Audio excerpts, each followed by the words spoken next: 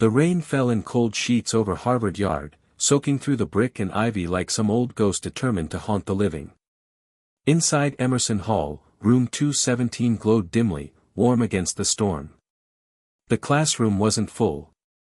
It never was at this hour. A scattered few sat half awake, laptops open but dimmed, jackets draped across chairs, tired fingers curled around coffee cups gone cold. At the front of the room, the chalkboard was already half covered in an array of complex symbols that looked like they'd escaped from another language. Professor Eleanor Whitmore, tall and sharp-eyed even in her mid-50s, stood in front of the class with a piece of chalk hovering midair. Her hair, silver and wild in places, caught the overhead lights like frost. She tapped the board twice, just hard enough for the sound to break through the low hum of background distractions. "This," she said, "is what we call a problem with pedigree." The students looked up slowly, one by one, like a tired orchestra responding to its conductor. Someone near the back yawned. Another opened Snapchat. "This equation," she continued, her voice calm but clipped, "has been passed around universities, conferences, and math forums for over 30 years. It's been toyed with, teased, approached from every angle. Nobody's found a full, elegant, provable solution. Not yet." She stepped aside so the whole class could see the question sprawled across the board. "Find the general solution for the functional equation f, x plus f, y, equals f, x, plus y. Anyone who solves this," she said, crossing her arms, "gets an A in this class. Full stop. That includes skipping the final and never having to hear my voice again." A chuckle rolled through the room. Someone clapped sarcastically. Most students leaned back in their chairs, either amused or uninterested. All except one. Near the far right of the room, half shadowed by the dim overhead lights, sat Darius Cole. He didn't smile. He didn't even blink. His eyes locked on the board like it had spoken to him directly. He was tall, long-limbed, with skin the color of roasted coffee and a jaw that looked like it was carved to hold silence. A dark hoodie draped over his shoulders. His notebook lay open in front of him, covered in a maze of equations, arrows, and restless handwriting. Darius wasn't like the others in that room. They came from prep schools and summer camps in Europe. They carried last names that opened doors. Darius came from South Side Chicago. He carried the name of a father who left and a mother who never let him fall. He had learned to disappear, not out of fear, but strategy. When people didn't see you, they couldn't crush what they didn't know was growing. Whitmore turned to wipe the board but paused. Her eyes swept over the room and landed, just for a second, on Darius. She didn't say anything. Just noted the way he looked at the problem like it was personal. Then she lowered the chalk. "All right," she said, clearing her throat. "See you Thursday. Unless someone decides to make history before then." Backpacks zipped. Chairs scraped. Students filtered out into the storm. Darius didn't move. He stared at the equation, heart steady, mind racing. He knew this problem. Not this one exactly, but others like it. Puzzles that begged not just for memory or method, but for intuition. He didn't solve with shortcuts or pre-packaged theorems. He solved by feel, by letting equations speak until he heard what others didn't. When the room was empty, he stood, packed his notebook, and slipped out into the hallway. Rain tapped hard against the windows. The world outside was wet and tired, but Darius walked with purpose, head low, steps fast. He didn't go to the dorms. He didn't go to the cafeteria or meet up with classmates. He walked across the yard, through puddles and wind, until he reached the one place that felt like his, the corner study nook on the 4th floor of Lamont Library. He keyed in his code. The door clicked. Inside, the lights were faint and flickering. Perfect. Darius sat, opened his notebook, and began to work. It started with instinct. He didn't rewrite the problem. He didn't search the web. He just began building out what it could mean. What F could be. How X and Y moved inside it. He imagined the equation as a machine, something alive. He tested it with identities, swapped variables, imagined it geometrically. Pages filled quickly. His fingers moved faster than his thoughts. Pencils broke. He sharpened them and kept going. Hours passed. 1 a.m. bled into 2. Most of campus was sleeping, but Darius didn't feel tired. He felt close. Close to something that had eluded the best for decades. He didn't think of grades, or of Ms. Whitmore, or even of what people might say if he got it right. He thought of his mother. He thought of her coming home at 11 p.m. from the night shift, her hands cracked, her back bent. He thought of her kisses on his forehead when he'd fall asleep studying at the kitchen table. He thought of her saying, "One day, baby. They'll know your name, not because of where you came from, but because of who you are." And then, it clicked. The function wasn't arbitrary, it was recursive. Not in a textbook way, but in a breathing, elegant, human way. The pieces aligned. The structure revealed itself like a shy animal stepping into the open. Darius stopped. He didn't move. Then, slowly, he smiled. The kind of smile that holds no pride, just clarity. He opened his laptop. His hands were trembling slightly. He wrote out the outline, carefully, methodically. Then he opened his email and typed. Subject, solution attempt, functional equation. Body. Hi Professor Whitmore.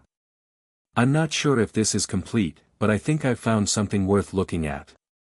Attached is my approach. Would love your thoughts. Darius Cole. He hit send. Closed the laptop. Sat in silence. Outside, the rain kept falling. Inside, a storm had passed, and something far bigger had begun. Hit subscribe and leave a comment with where you're watching from. This story might just spark a new beginning. What's one thing that always pushes you forward, even when things get tough? Long before the problem, before Harvard, before that email hit Professor Whitmore's inbox at 2:17 a.m., there was a boy sitting on a cracked front step in South Side Chicago, pencil in hand, trying to make the numbers fit. Darius Cole grew up in a neighborhood where sirens sang louder than lullabies and ambition had to wear armor. His world was brick and concrete, chain-link fences, corner stores with bulletproof glass, and an old public library that always smelled like wet carpet and history. His mother, Denise Cole, raised him and his younger sister, Amaya, on 2 jobs and less sleep than any person deserved. She never finished college, but her voice was steady as stone when she told Darius he would. He remembered the way she'd say it, even when she was exhausted, not because you have to, but because you can. And not many people around here get that chance. He didn't always believe her. But he wanted to. Darius wasn't the loud kid. He wasn't the one teachers called on or the one who joined after-school clubs. He was the quiet one who sat in the back, filling notebook after notebook with equations he copied from library textbooks far above his grade level. When his classmates played ball in the park or killed time on their phones, Darius solved for X, then tried to figure out why X even mattered. The thing was, he loved it. He loved the way problems had answers, the way chaos bent to logic if you just pushed long enough. He loved that in math, no one cared where you came from, how much money you had, or what your last name meant on a job application. You were either right or you weren't. But school didn't love Darius back. Not always. He remembered sophomore year, when his geometry teacher accused him of cheating on a test. There's no way you did this without help, the teacher had said, not cruelly, just with certainty. Darius had tried to explain how he'd figured it out, he even opened his notebook to show the scratch work. But the teacher didn't look. That day, Darius walked home with his test folded tightly in his fist. 100%, circled in red, with no one to believe it was his. That was the year he stopped trying to prove things to people. From then on, he only tried to prove them to himself. By the time he hit senior year, Darius had already worked through most of the AP calculus syllabus on his own. He joined online math forums under a fake name, DC_theorist, and asked questions that made grad students pause. He watched MIT OpenCourseWare videos in the back of the library while kids threw pencils at each other a few tables over. Sometimes he pretended he was already there, already out, already someone. When the Harvard acceptance letter came, he didn't jump or shout. He just stared at the screen, blinking. Then he walked to the kitchen, handed the letter to his mom, and waited as she read it 3 times. Her hand covered her mouth. Her voice cracked. Then she pulled him close and whispered, "You earned this, baby. You earned all of it." But Harvard wasn't the finish line. It was a whole new kind of war. From the moment he stepped on campus, Darius felt it, the weight of it, the whisper of legacy in the halls, the unspoken code.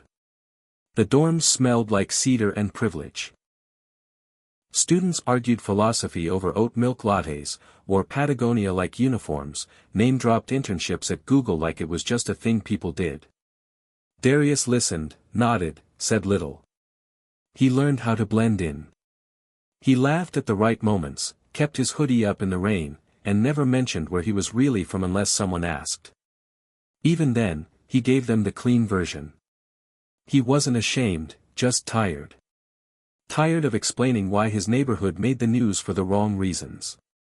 Tired of pretending he was surprised when people didn't believe he belonged. The loneliness hit hardest at night. When his roommate snored, when the textbooks blurred, when he looked out the window and saw lights stretching out across the yard like stars he couldn't quite reach. That's when he missed Amaya the most, his little sister, now 12, who FaceTimed him every Sunday and still believed he was a superhero. "They got superhero schools over there," she'd ask with a grin, missing a front tooth. "Kind of," he'd laugh. "But they're a lot more boring than you'd think." She'd scrunch her nose, unconvinced. "Well, if anybody's gonna save the world with math, it's you." Those calls kept him grounded. So did the letters from his mom, handwritten and folded into 3 neat sections. She couldn't help with his coursework, but her words were formulas in their own right, ones that reminded him who he was and where he came from. He didn't tell her everything, though.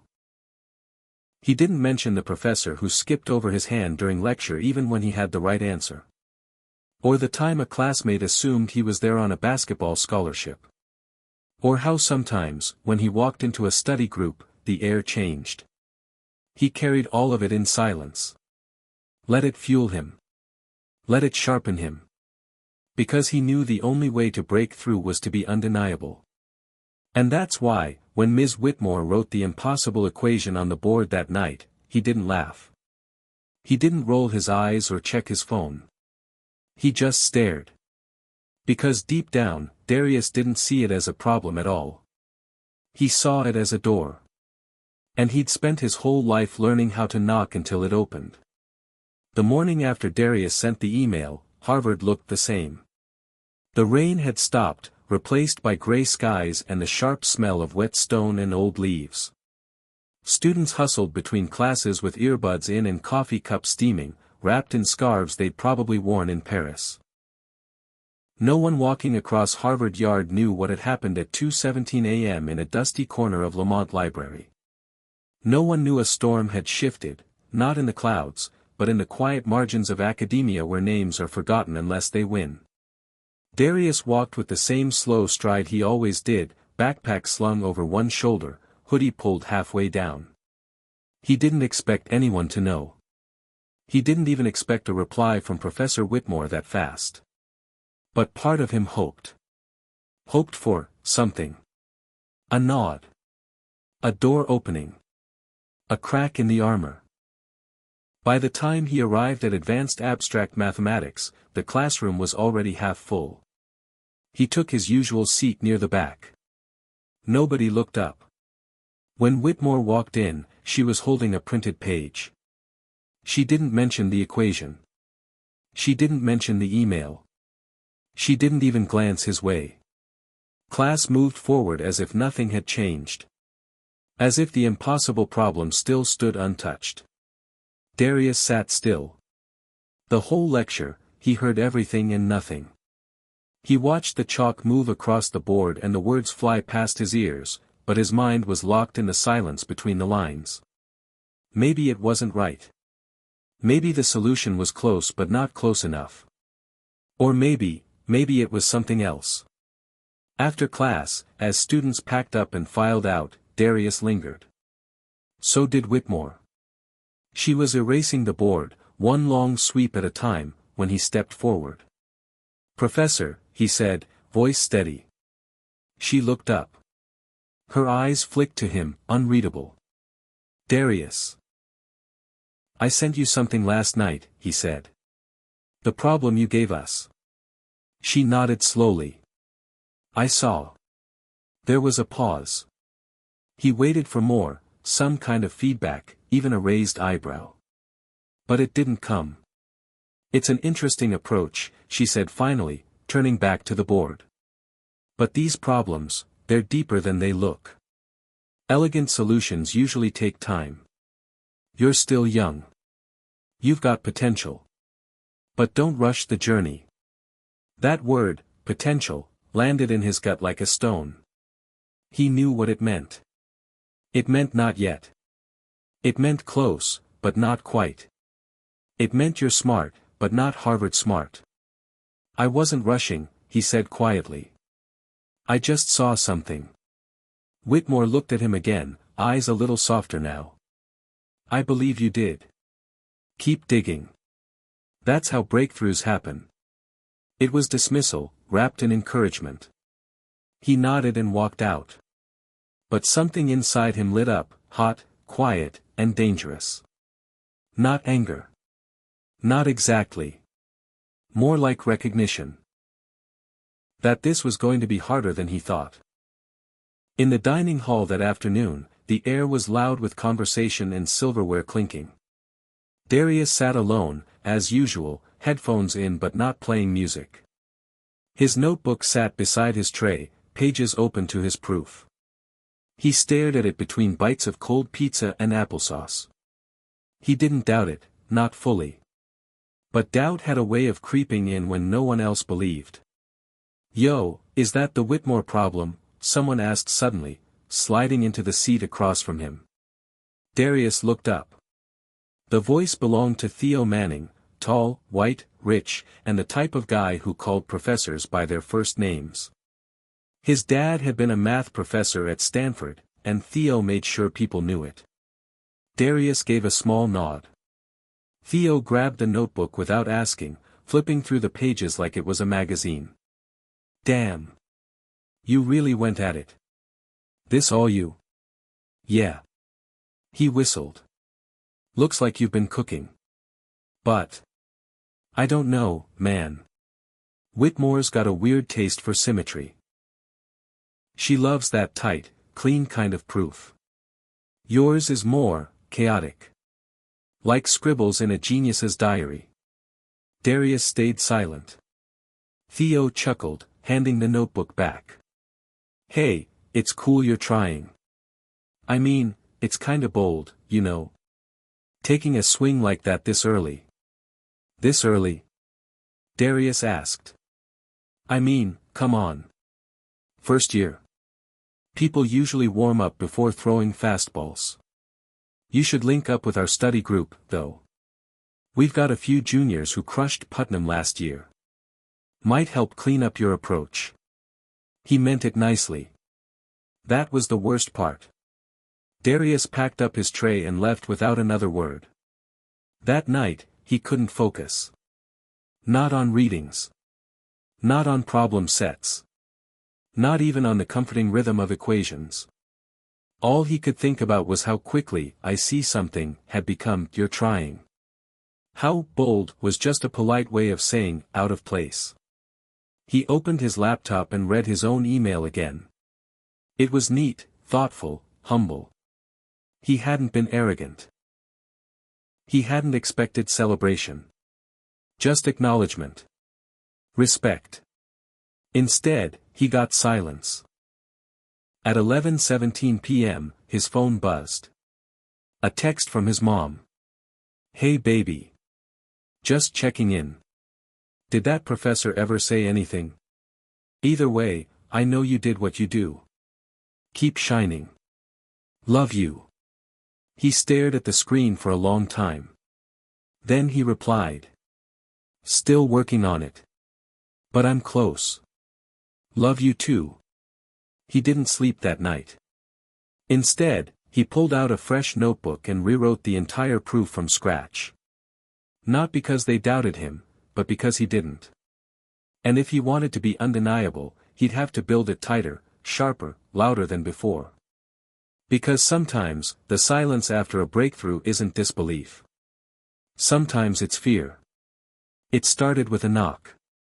3 days had passed since Darius sent the solution. Since Whitmore's cool dismissal. Since Theo's condescending study group offer. Darius had returned to his quiet rhythm, lectures, late-night study sessions, silence. He didn't speak much. He didn't expect anything. But on Friday afternoon, as the leaves twisted in the wind outside and the sky turned the color of steel, someone knocked on his dorm door. He opened it, expecting a package. Instead, he found Professor Whitmore. She stood there, coat buttoned up to her neck, papers tucked beneath her arm. For a moment, she didn't speak. Just looked at him, not with condescension, not with caution, but with something sharper. Interest. "I need to show you something," she said. Darius blinked. Now. Now. He followed her without a word. They walked across Harvard Yard, past the curious stares of students who never saw Whitmore outside the lecture hall, and into an old faculty building whose door required a brass key. Inside, the air was warm and smelled faintly of leather and dust. The lights were low. This wasn't the public Harvard. This was behind the curtain. They entered a narrow stairwell and climbed 2 flights in silence. Finally, Whitmore opened a door at the top of the stairs and led him into a study room filled with chalkboards, walls of them, from floor to ceiling. It was like stepping into the mind of a mathematician at war with the universe. Equations covered every surface, some half erased, others bleeding into one another. "This," she said, placing the pages she'd brought onto a long oak table, "is your solution." Darius stepped closer. The printout was marked up in red and blue ink, notations, questions, adjustments. But it wasn't rejection. It was engagement. Her notes were detailed, precise. She had spent time with it. Real time. "I gave this to a colleague," she said. "He works with a think tank that supports mathematical innovation across disciplines. He's based in D.C., but he happened to be in town for a conference. He called me last night." Darius didn't speak, but his breath tightened. "He said you're onto something. Not just with this problem, but with how you think. Your method isn't traditional. It's intuitive, even artistic. But it's valid. He wants to meet you." A beat of silence passed. The walls seemed to lean in. "Why me?" Darius asked quietly. "There are students here who've published. Who've placed in competitions. Why would someone like that want to meet me?" Whitmore's expression softened, but her voice remained even. "Because originality isn't common, Darius. And because what you did, it wasn't just clever. It was rare." He didn't smile. He didn't move. But something inside him shifted. A door opened, not just in the world, but in his mind. A door he hadn't dared to believe was real. "We're going to D.C. next weekend," she said. "It's not formal, just a meeting. A conversation. But I think it could be the start of something important. For you. For all of us." Darius nodded slowly. "Okay." Whitmore picked up her coat. "And Darius?" "Yeah." She paused, eyes meeting his with something close to warmth. "Don't disappear again. Not when the world's finally starting to see you. That night, the world felt different. The air was the same. The food in the dining hall was still bland. His roommate still snored like a freight train. But something had cracked. The silence he'd carried for so long began to tremble. He found himself staring out his dorm window at the lights across the yard, and for the first time, he didn't feel outside of it all. He belonged. The next week unfolded like a dream he didn't want to wake from. Whitmore gave him a reading list, articles on nonlinear systems, functional analysis, mathematical modeling. Not assignments. Invitations. The kind of materials most undergraduates weren't even aware existed, much less allowed to touch. She called them challenge fuel. You might not understand all of it yet, she said, but that's the point. You're not here to keep up. You're here to leap. Each night, Darius studied until his fingers cramped. But this time, it wasn't out of desperation. It was out of hunger. He no longer felt like a boy trying to earn a seat at the table. He felt like someone with a story the room needed to hear. But the world has a way of testing you just as things start to rise. On Thursday, after lecture, Darius walked into the student cafe near Quincy House to grab tea. The place was packed. The espresso machine hissed. Laughter echoed. He didn't expect to see Theo there, surrounded by 3 students from their class, talking animatedly. And she's taking him to DC now, Theo said, voice high with disbelief. It's crazy. Whitmore never gives anyone that kind of attention. One girl leaned forward. She thinks he solved the problem. Theo smirked. I mean, kind of. But the way I see it, she's doing the whole underdog genius narrative thing. You know, poor kid from the hood comes to Harvard and blows minds. It's a great story. The others laughed. Darius stood behind them, still, invisible. Tea in hand, anger blooming behind his ribs. He didn't confront them. He didn't need to.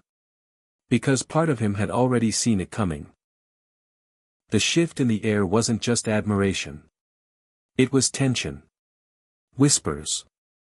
The beginning of resistance. He walked out. That night, he didn't open his books. He sat in his room, headphones on, staring at the ceiling. Letting the storm build in silence. Because this wasn't just about the equation anymore. This was about proving, once and for all, that brilliance didn't need to come dressed in old money and Ivy League polish. That insight could come from a boy raised by a mother who rode 2 buses to keep the lights on. That genius didn't ask for permission, and wouldn't apologize when it showed up in a hoodie and sneakers. Darius wasn't just solving a problem now. He was becoming one. For the people who couldn't believe someone like him belonged, he would be the question they couldn't answer. And next week in DC, he'd begin writing the proof of a lifetime, not with chalk, but with presence. Darius stood at the edge of the Washington, D.C. skyline, his hands shoved deep into his coat pockets. The wind howled, but it wasn't cold. The city had an energy about it, a pulse. That Darius couldn't help but feel. He wasn't just in a new city. He was standing at the threshold of something much larger than himself. Something that had never once felt possible. He glanced over at Professor Whitmore. She was checking her phone, tapping away with an almost mechanical precision. Darius had to admit that for all her intellectual poise, she had an aura of control that felt different. More calculating. And yet, she had taken a chance on him. That, more than anything, made him feel like he was on the cusp of something dangerous. Something real. The meeting was scheduled for 2 p.m., and the minutes crawled by like hours.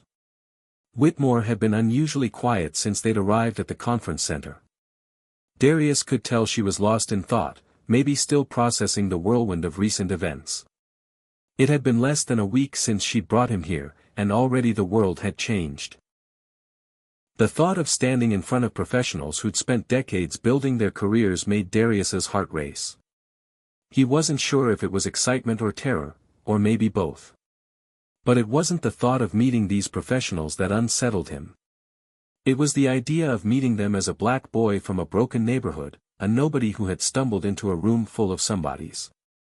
That unease, that doubt, was a heavy coat he couldn't take off, no matter how hard he tried.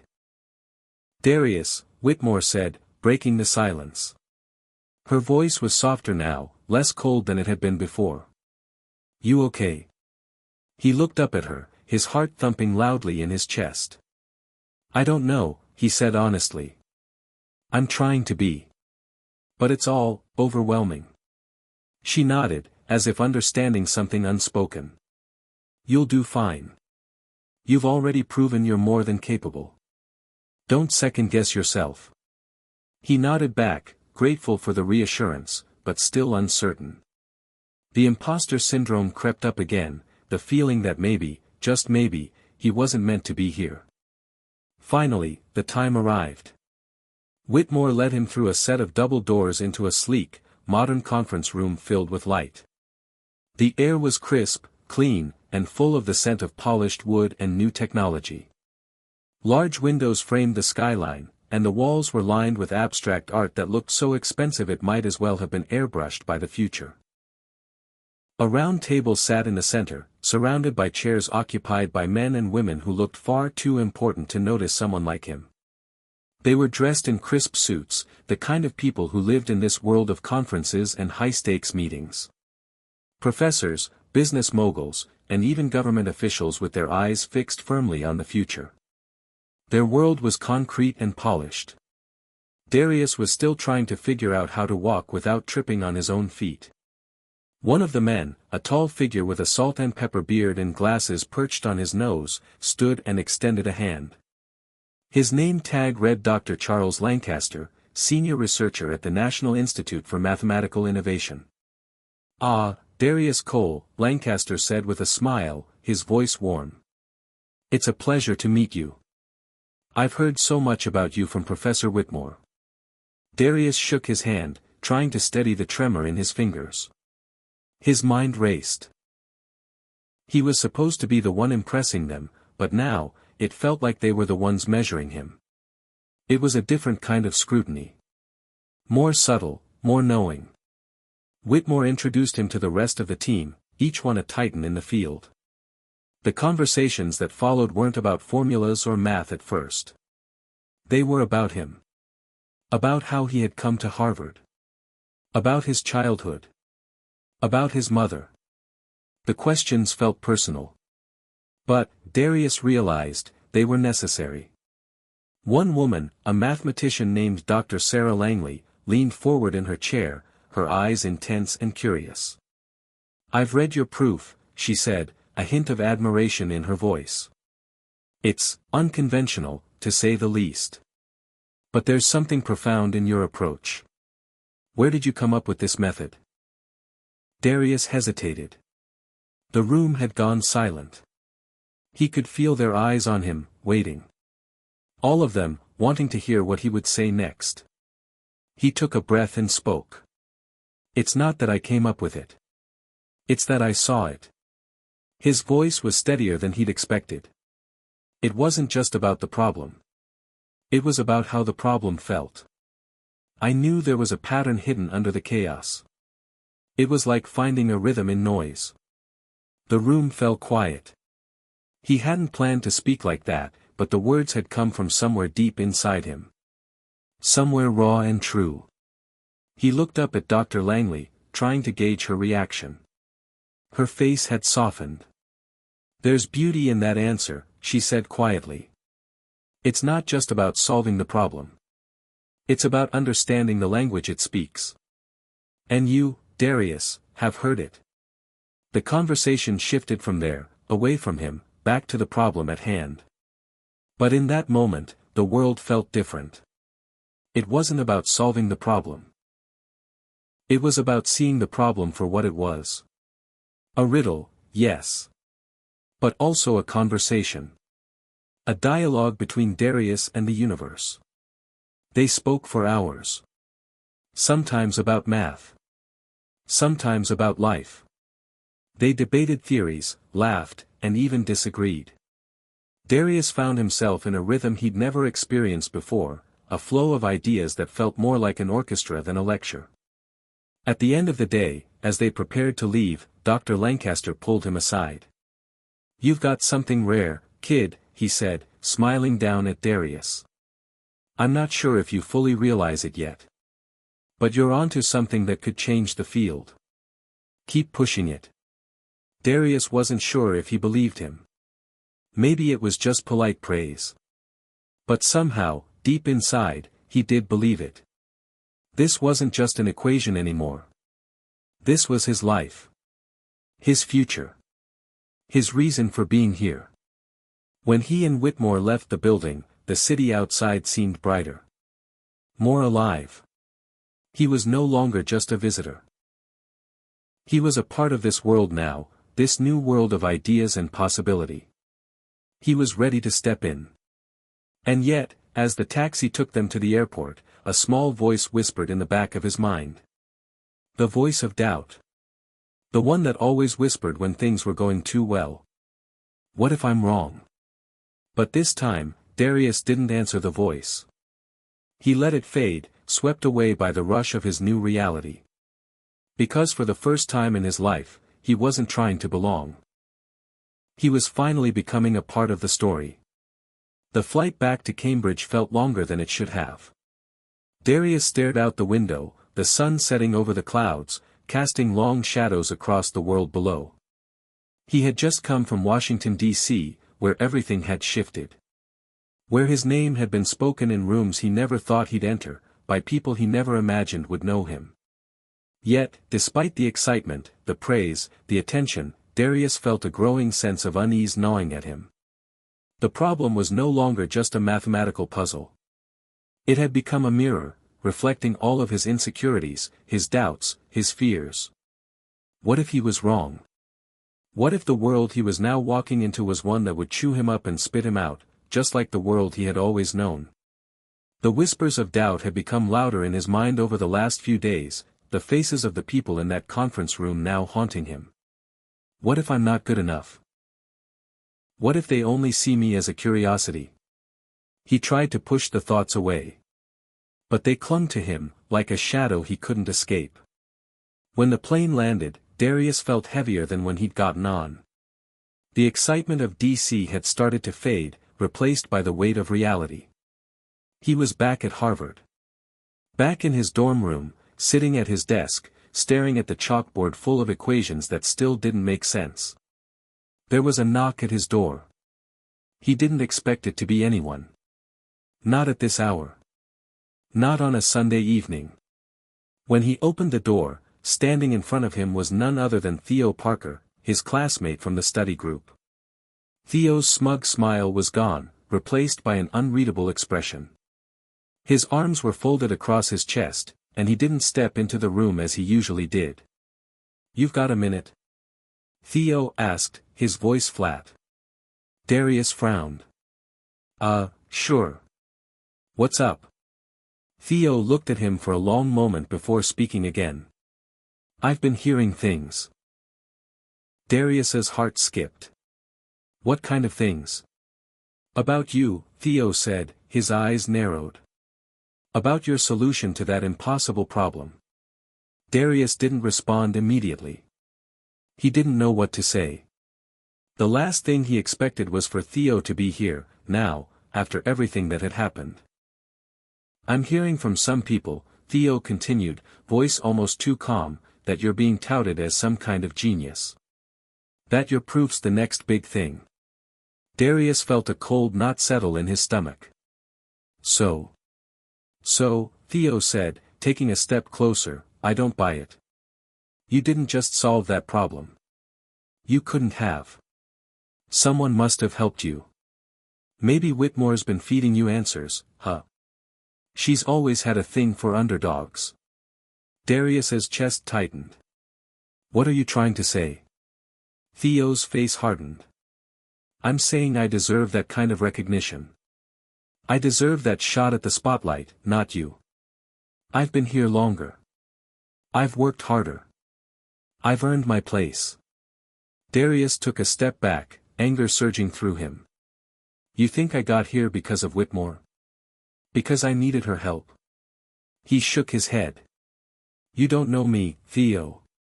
Theo's eyes darkened, and for a moment, Darius felt a coldness settle between them. Theo had always been dismissive, but now it was more than that, it was envy. Pure, venomous envy. And that was something Darius had always struggled with. The idea that success could bring out the worst in people, especially when it was something they didn't think they deserved. You might be fooling everyone else, Theo said, his voice low and dangerous. But I know how this game works. You don't belong here. And I'll make sure the rest of them see it too. The words hung in the air, thick and suffocating.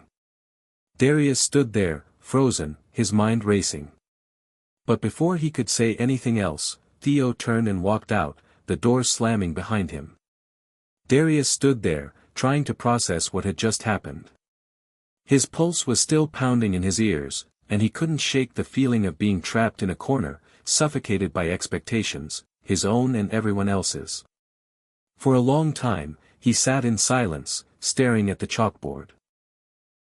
The equations on the wall seemed to blur into one mass of numbers, symbols, and questions.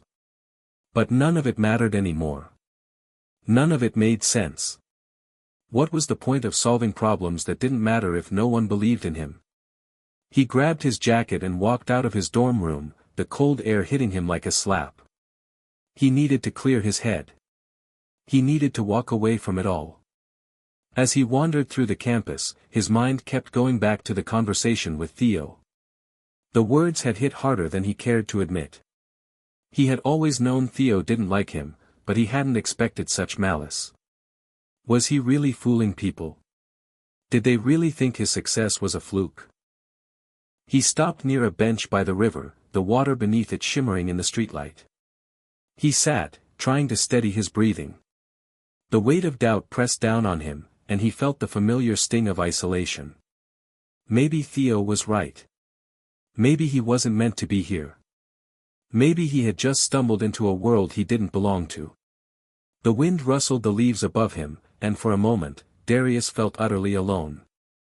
Darius. He turned, startled. Whitmore was standing there, her silhouette against the backdrop of the river, her expression unreadable. She took a seat beside him, the silence stretching out between them. I heard about your conversation with Theo, she said finally, her voice calm but knowing. Darius didn't look at her.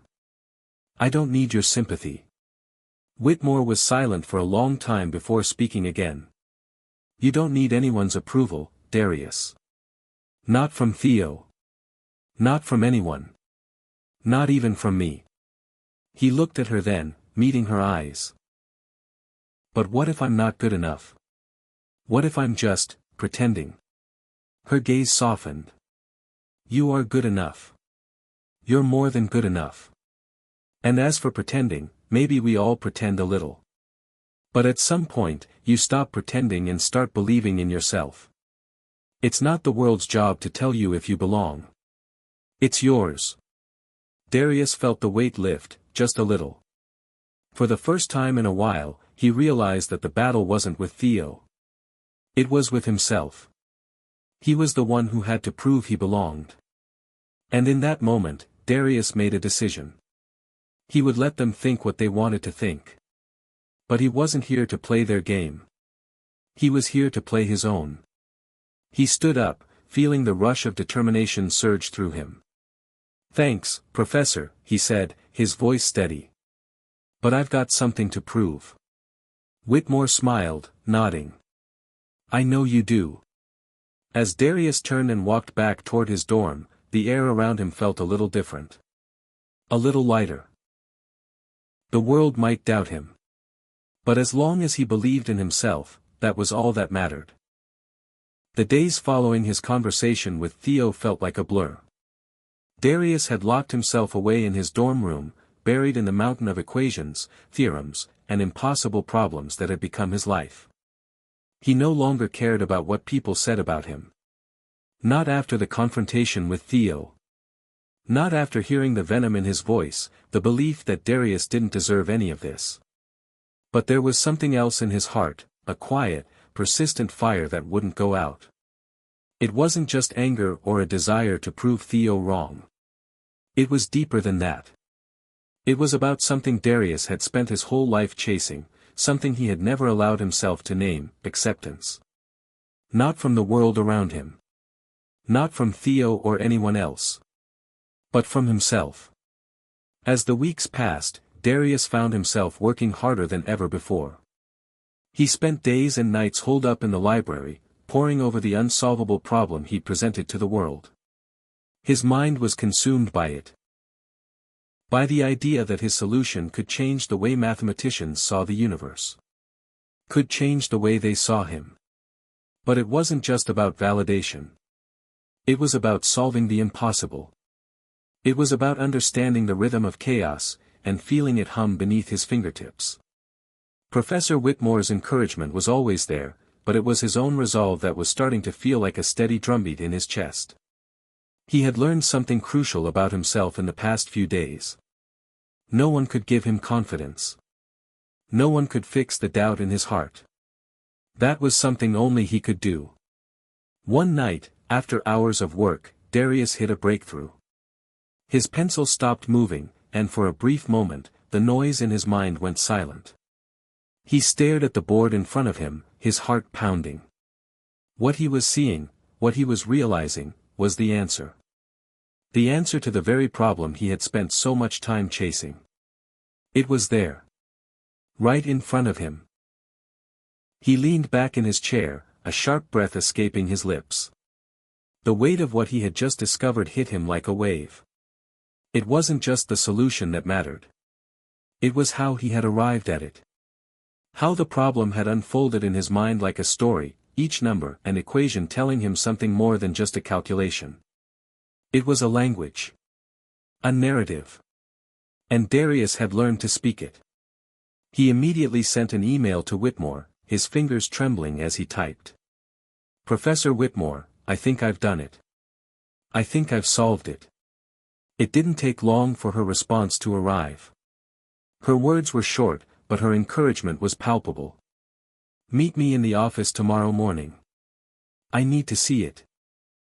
The next morning, Darius walked to her office with a sense of purpose he hadn't felt before. He held his backpack tightly to his chest, as if it contained not just books, but the very key to his future. When he arrived, Whitmore was already there, waiting. Her eyes looked at him with something resembling pride, but there was also a hint of caution. She knew how big this moment was. All right, Darius, she said, her voice steady, let's see it. Darius carefully set his backpack on the desk and pulled out a folder. Inside was a printed copy of his work, the culmination of everything he'd spent the last several months working toward. He laid the papers out in front of her, his hands shaking slightly.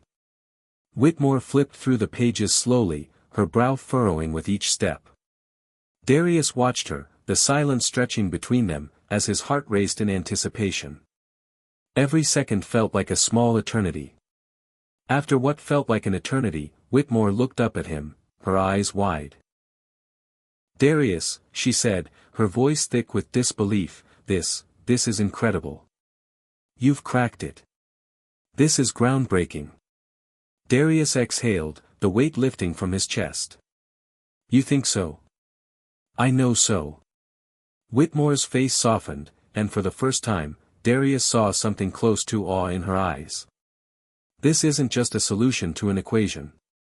It's a new way of thinking. You've uncovered something that no one else could see. You've done what no one thought was possible.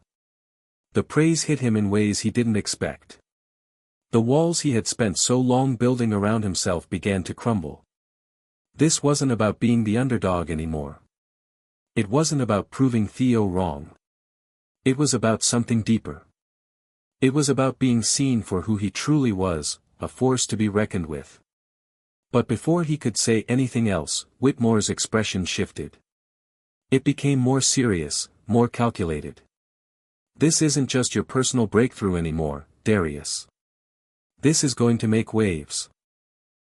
People will notice. And with that attention, comes pressure. Darius swallowed, the excitement in his chest suddenly mingling with anxiety. What do you mean? I mean that this will put a target on your back, Whitmore said, her tone sharp. You'll be celebrated. But you'll also be scrutinized. People will try to tear you down, Darius. Some will try to take credit for your work. Some will try to invalidate your achievement. The words landed hard. He had expected praise. But not this kind of warning. Not this weight of expectation. What do I do? Darius asked quietly, the doubts creeping in again. I don't want to be just a footnote in someone else's success story. Whitmore's eyes softened. You won't be. But you need to be ready for the battle ahead. People will try to undermine you. But you know this. You've already faced the worst of it with Theo. This is just the beginning. For a moment, Darius sat in silence. He realized something in that instant, this wasn't the end. This was the beginning of the fight. The fight to hold on to his truth, his integrity, and his place in this world. He nodded, finally understanding. The weight of what lay ahead didn't scare him anymore. In fact, it invigorated him. He wasn't just solving problems anymore. He was changing the rules. I'm ready, Darius said, his voice steady and full of resolve. Let them come. Whitmore smiled, a hint of pride in her expression. Good. Because they will. And when they do, you need to be ready to fight. As Darius walked out of the office, he felt a shift inside of him. He was no longer the quiet, unsure boy trying to make it through the halls of Harvard. He was the one who had broken through the impossible, who had found a solution where none existed before. The world was changing for him. And he was ready for it. Darius had proven to himself that no matter what anyone else thought, he was meant to be here. And with the breakthrough behind him, he now had to face the world that would be watching him every step of the way. Darius sat on the edge of his bed, staring at the glowing screen of his laptop. The email from Professor Whitmore still lingered in his inbox, the subject line reading, "The next steps." It had been 2 days since he'd presented his breakthrough to her, and now the pressure was mounting. The excitement of his discovery had not faded, but it had become increasingly overshadowed by the feeling of something darker looming just out of sight. People were already starting to talk. Word of his solution had spread through the department, like wildfire. There were rumors swirling about his work, some people skeptical, others awed. But as Whitmore had warned him, the praise was never without a price. The scrutiny, the doubts, the challenges, these were the consequences that came with making a discovery that shook the very foundations of what was thought to be impossible. The first signs of the fallout came when Darius walked into the lecture hall for his calculus class on Thursday morning. As he entered, a few students glanced up from their notebooks and exchanged quick, uncertain glances.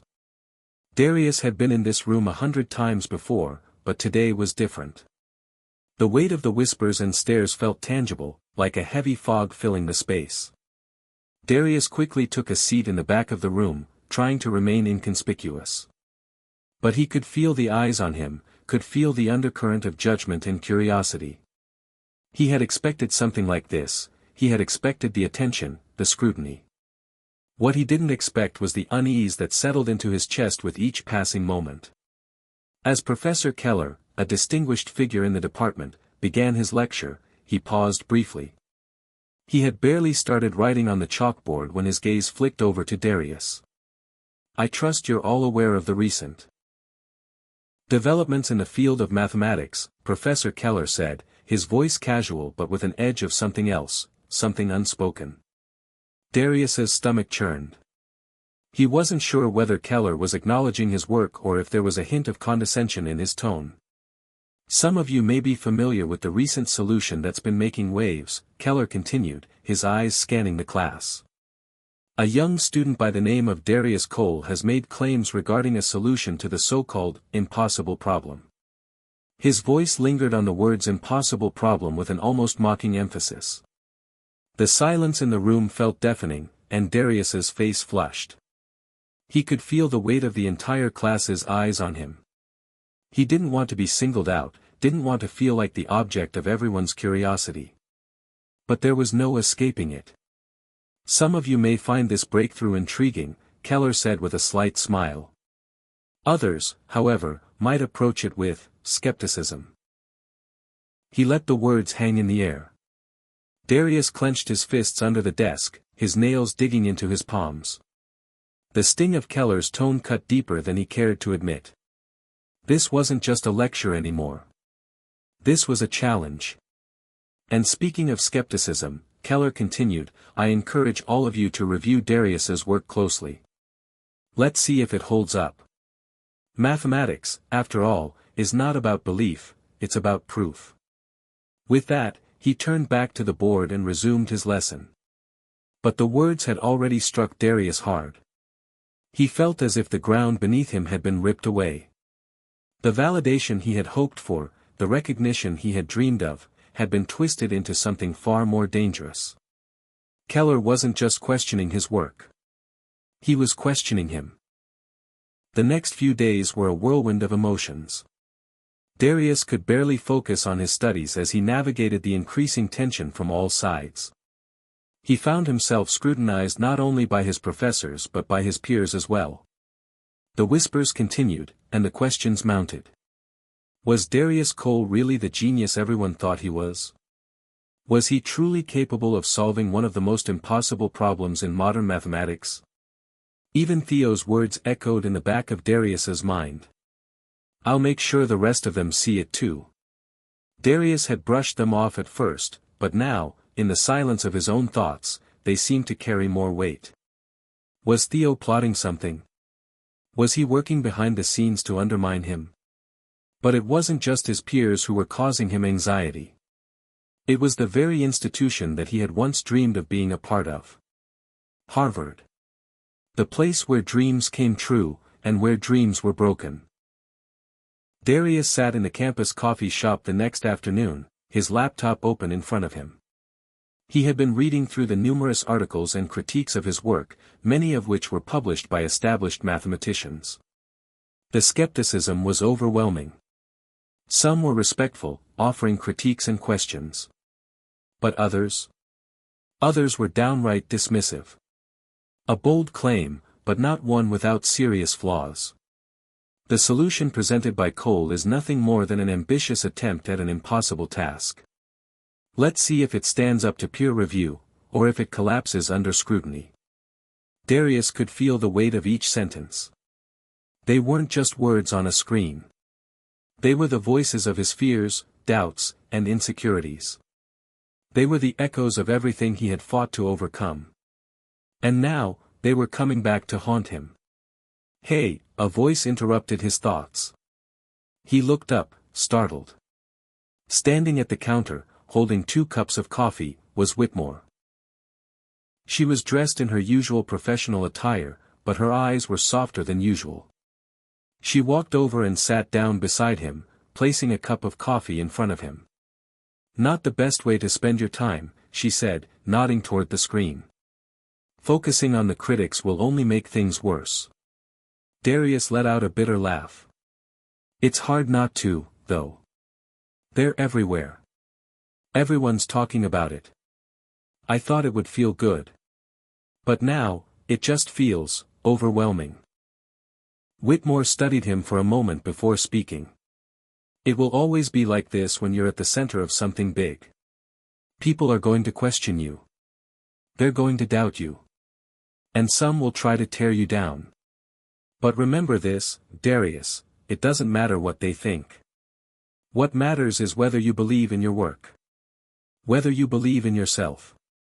I'm trying, Darius said quietly, running a hand through his hair. But it's hard when everyone else is trying to tear you down. Whitmore's eyes softened. I know. But you're not in this alone. You have allies. And you've already proven something incredible. You solved the impossible. Don't let anyone take that from you. The warmth of her words comforted him, but he knew she was right.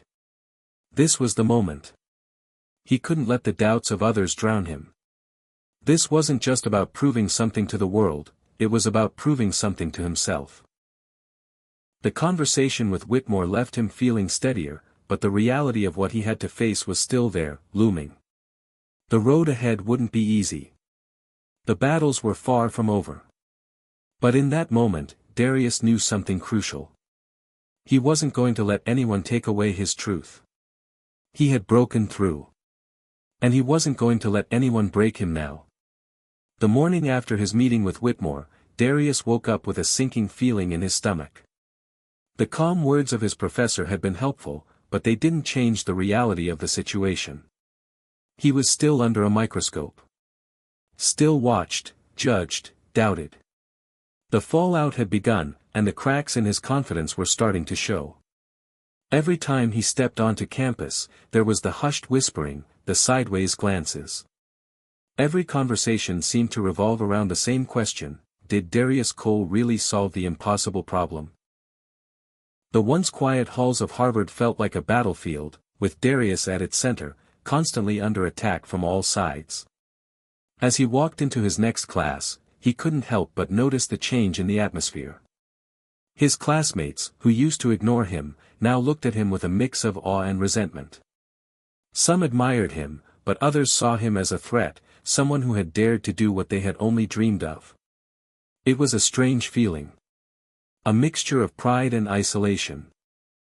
The worst part was the social media firestorm. The articles, the forums, the endless threads questioning his legitimacy. Some praised him, but the louder voices were the critics, the ones who said his work was flawed, that he had taken shortcuts, that he didn't deserve the recognition. They dug into his past, dredging up his background, questioning his qualifications. It was as if the moment he stepped into the light, the shadows came rushing in. Can a kid like him really understand the complexities of this problem?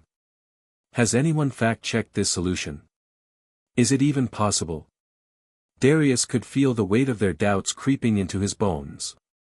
The foundation he had worked so hard to build was now crumbling under the pressure. Every word of criticism felt like a hammer striking a nail into the wall he had spent months constructing. And with each strike, the cracks grew wider. It wasn't long before the first serious challenge to his work came. It arrived in the form of a peer review. A critique published by a well-known mathematics journal. The review came out of nowhere, its language sharp, cutting. The reviewer, Dr. Samuel Pierce, a senior professor at a rival institution, was known for his harshness. He had once been considered a prodigy, but his reputation had taken a hit after he had failed to solve several high-profile problems in his field. Dr. Pierce's review was scathing. He accused Darius of presenting an incomplete argument, a hasty solution that lacked the necessary depth. He questioned Darius's understanding of the mathematical principles involved, even going so far as to insinuate that Darius might have copied portions of his work from previous, unsuccessful attempts. Darius sat frozen in front of his laptop, staring at the screen. The words blurred in front of his eyes, his heart pounding in his chest. It was as if someone had shoved him off a cliff. All of the doubts he had been trying to suppress rushed back, flooding his mind with panic and fear. He knew how serious this was. This was more than just criticism. This was an attack on his integrity, his ability, his very character. Whitmore had warned him about this. The world wasn't kind to those who challenged the status quo. But even her words didn't prepare him for the sting of this moment. He had expected skepticism, but not this. Not this level of personal attack. He closed his laptop with a slam, the sound reverberating through the empty room. He stood up and paced, his mind racing. The feeling of isolation was suffocating. He had no one to turn to, no one who could fully understand the weight of what he was going through. Theo's words came back to him, the ones he had tried to push away: "I'll make sure the rest of them see it too." Was this what Theo had meant? Was this all part of a larger plan to break him down? Darius grabbed his jacket and stormed out of the dorm, the cold air biting at his face. He had to get away. The noise, the doubt, it was too much. Later that afternoon, Darius found himself walking aimlessly through the Harvard yard.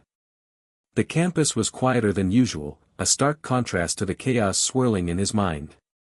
He had hoped that being outside, away from the classrooms and the walls of his dorm, might offer some clarity. But the more he walked, the more the weight of the situation pressed down on him. He sat down on a bench, his head in his hands. The world felt like it was closing in. What had started as a triumph, his discovery, his breakthrough, was now unraveling before him. His name had become synonymous with doubt, with controversy. It wasn't the future he had imagined for himself when he first arrived at Harvard, full of hope and ambition. And yet, in the middle of his despair, something stirred in him, a small, but growing sense of resolve. This wasn't the end. He couldn't let it be. He had worked too hard, fought too long, to let it all slip away because of a few angry critics and a jealous professor. The realization hit him like a punch to the gut. He wasn't just fighting for recognition anymore. He was fighting for the truth. He had solved the impossible problem, and no amount of doubt or ridicule could take that away from him. No one could rewrite history, not as long as he held the answer. His phone buzzed in his pocket, pulling him from his thoughts. It was a message from Whitmore. "Darius, I know you're feeling the weight of this. But you have something no one else has, the solution. Don't let them take that from you. You owe it to yourself, and to the math community, to stand your ground. I'll be by your side through this, no matter what." Reading her message gave him a glimmer of hope. Whitmore had always believed in him, even when others hadn't. She was right. He couldn't back down now. He couldn't let the noise around him define who he was or what he had accomplished. With renewed determination, Darius stood up from the bench. The path ahead would be difficult. There would be more battles, more criticism, more moments when he felt like giving up. But he couldn't give in. Not when the truth was on his side. The following week, Darius returned to his work with a vengeance. He wasn't going to let Dr. Pierce's review define him. He dove deeper into his solution, revisiting every step, every equation, every detail, determined to prove that his work was more than just a fleeting idea. He knew there would be more scrutiny, but now, he was ready. He would stand his ground. And this time, he would fight back. As he sat in the library late one night, reworking his proof and preparing a formal response to the critiques, a small voice in the back of his mind whispered, "This isn't just about solving a problem. It's about proving to the world, and to yourself, that you belong here." Darius had already crossed the line into the unknown. There was no going back. He had solved the impossible. Now, he had to make sure the world saw it. The day of Darius's formal defense was finally here. The sun hung low in the sky, casting long shadows across the Harvard yard as Darius stood outside the door to the math department seminar room. His palms were sweating, and his mind raced with 1,000 thoughts. This was it, the moment that would define whether he would be remembered as a genius who solved the impossible problem or as a misguided dreamer who had overestimated his abilities. He could hear the murmurs coming from inside the room. Voices of professors and scholars who had gathered to judge the validity of his work. The room was filled with people he had once looked up to, figures who represented the pinnacle of success in his field. Some were supportive, but others weren't so sure. Their skepticism had made itself known in the papers, in the critiques, and in the private conversations that had spread like wildfire across the department. The door to the seminar room opened, and Darius was beckoned inside. "Mr. Cole, please take a seat," Professor Whitmore said, her voice calm but filled with an unmistakable authority. She had been a steady presence through all of this, offering both guidance and a shoulder to lean on. Darius nodded and stepped inside, feeling the weight of 100 eyes upon him. He took a deep breath and sat down at the front of the room, facing the panel of professors. There was no turning back now. He could feel his heart pounding in his chest, but he forced himself to focus. He had come too far to let nerves take over now. The panel consisted of 3 leading experts in mathematics: Professor Keller, the one who had initially questioned his work, Dr. Linda Miles, a professor from another prestigious institution who was known for her sharp intellect, and Dr. Samuel Pierce, the same professor who had written that damning review just days ago. Darius tried to keep his composure as the panel stared at him. They didn't seem particularly welcoming. In fact, they seemed almost cold. "Mr. Cole," Professor Keller began, his voice formal. "You have made quite a claim. Your solution to the impossible problem, if proven valid, would mark a significant breakthrough in the field. However, as you are well aware, your work has been met with both admiration and skepticism." Darius nodded, his throat tight. He had expected this. The stakes were high, and they weren't going to let him off easy. But he was ready. Professor Keller continued, "We're here to give you the opportunity to defend your work. To show us that the claims you've made hold up under rigorous scrutiny. Do you believe your solution is sound, Mr. Cole?"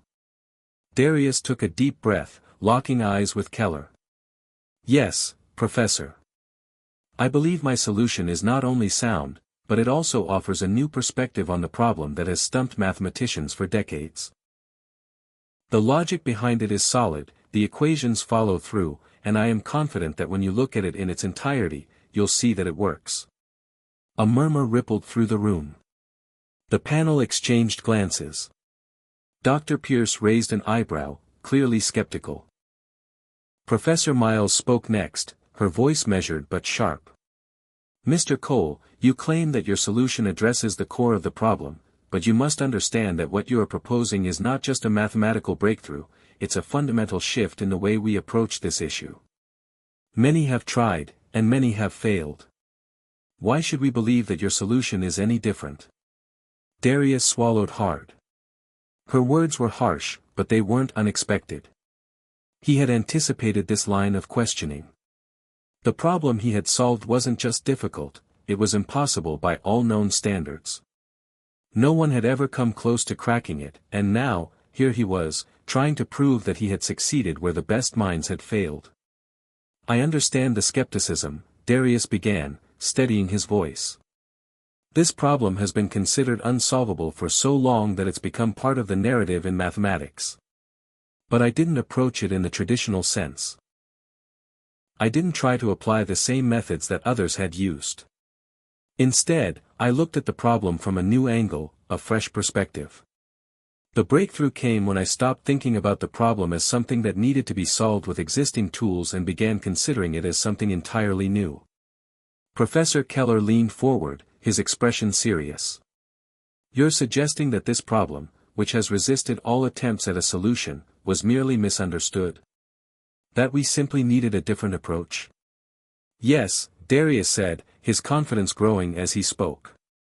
"Sometimes, we get so caught up in the existing framework that we fail to see that the problem itself might require a completely different kind of solution.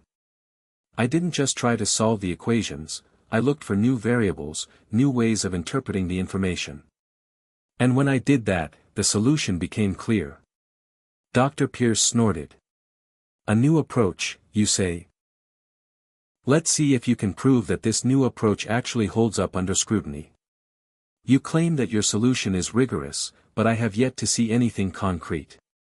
Darius nodded, his resolve hardening. This was it. He stood up, moving to the whiteboard at the front of the room. His mind was laser-focused as he began writing the core components of his solution, the equations that had taken him months to perfect. "I'll show you," he said, his voice steady. "This is the foundation of my work.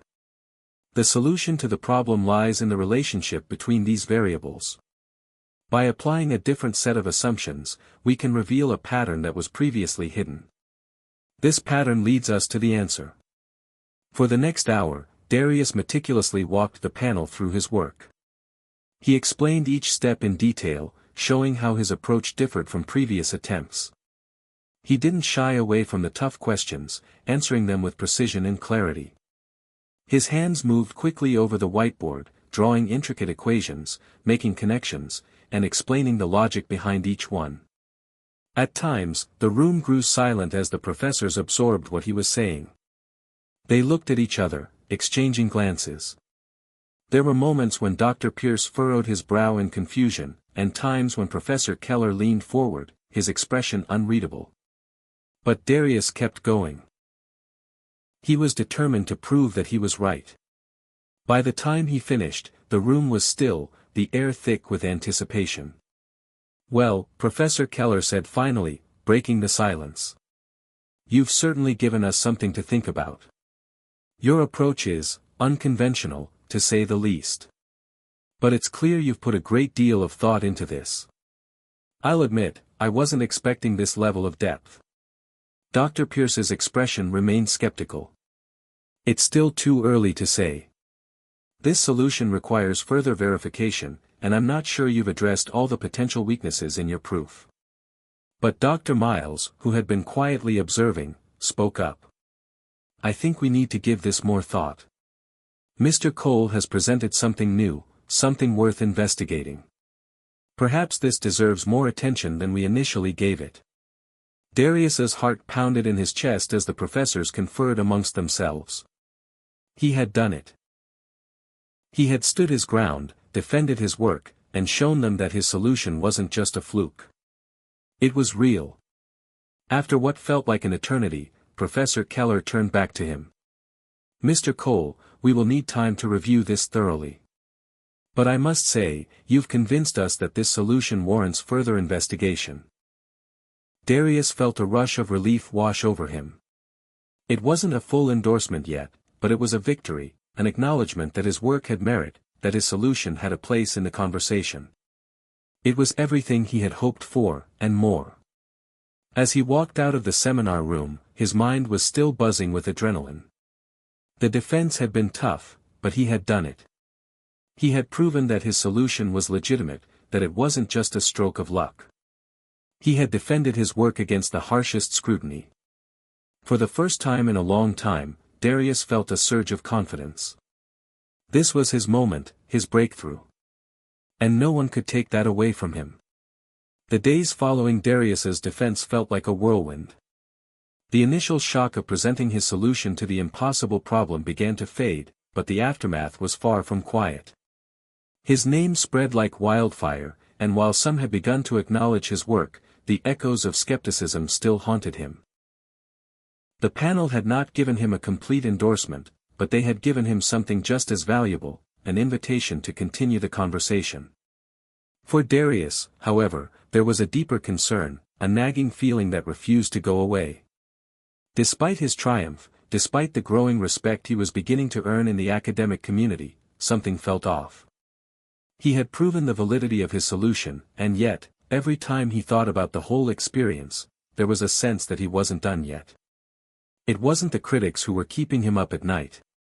It was something else, something more personal. One afternoon, after a long day of revising his work and corresponding with a few professors who had expressed interest in his findings, Darius received a message from Professor Whitmore. Her words were simple but laden with urgency.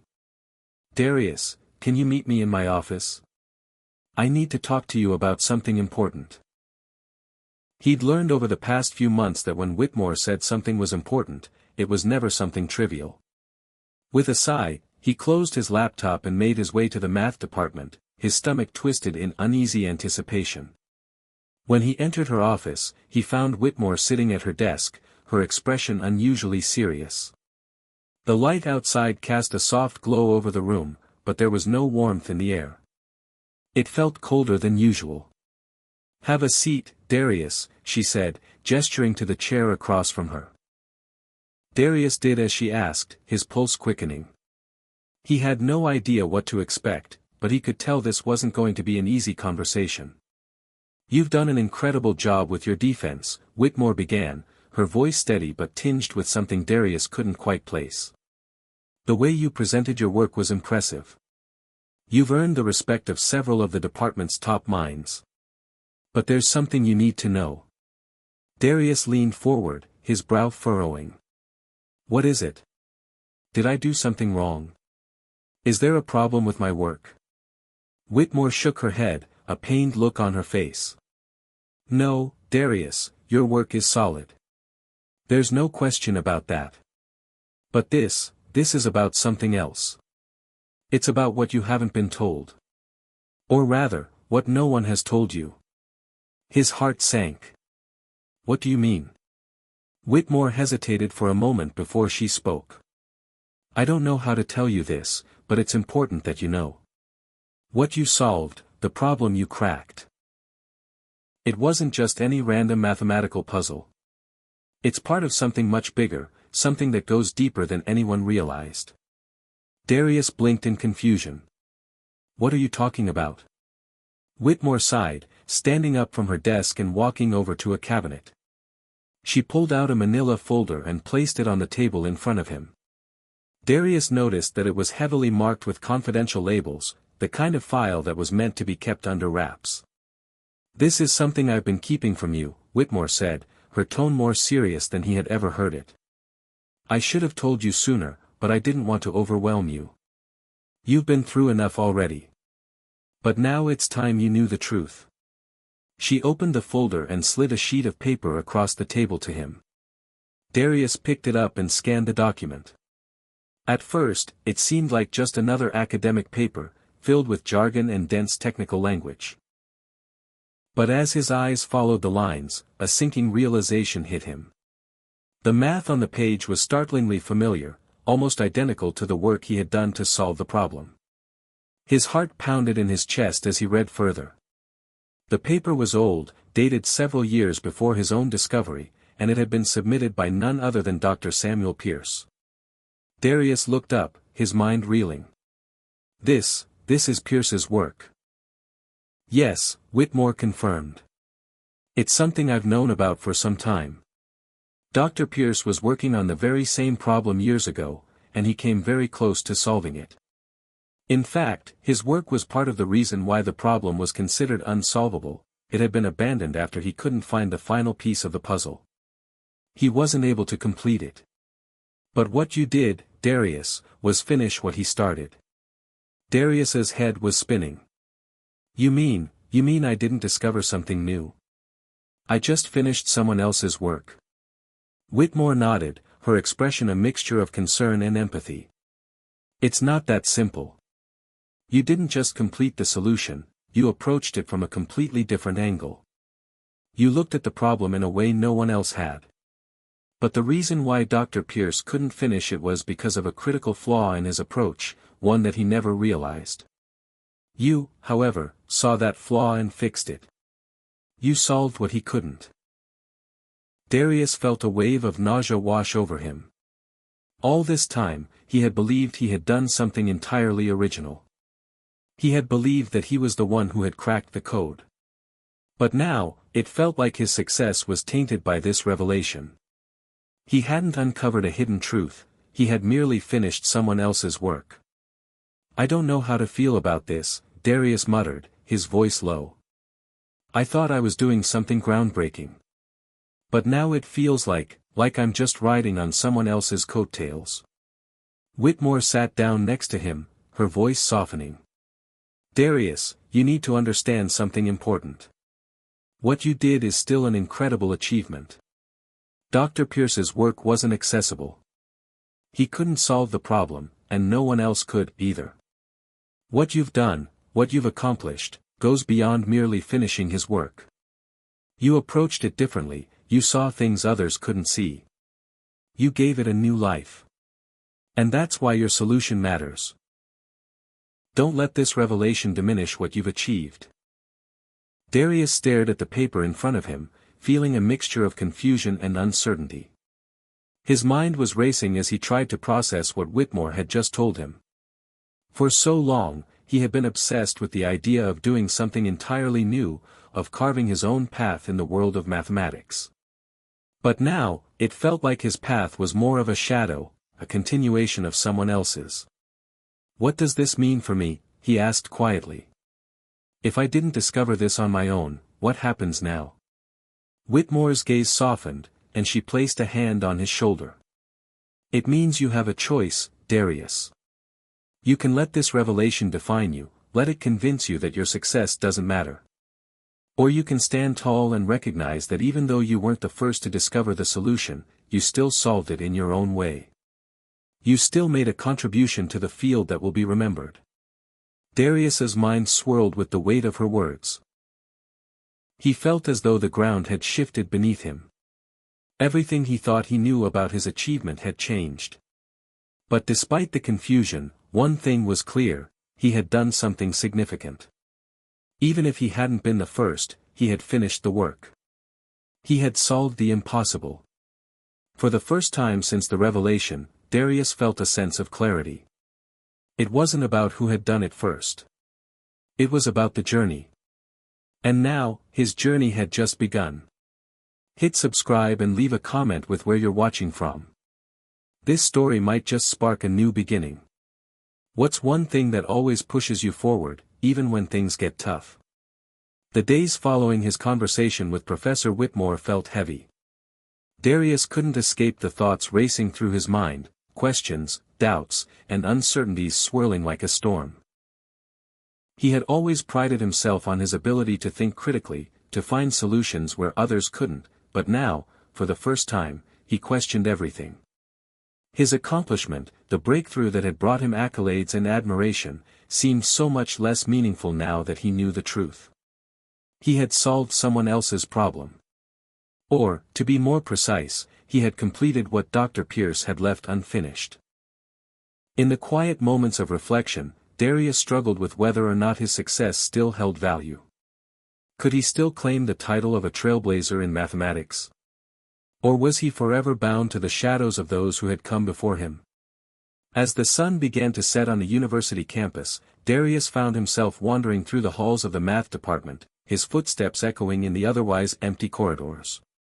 He didn't have the answers. He didn't even know what he was looking for. But he felt the need to clear his head, to find some semblance of peace amidst the confusion. His mind wandered back to the day when he had first heard about the impossible problem. The whispers of its intractability, the warnings from professors and classmates about how it had defeated some of the greatest minds in mathematics.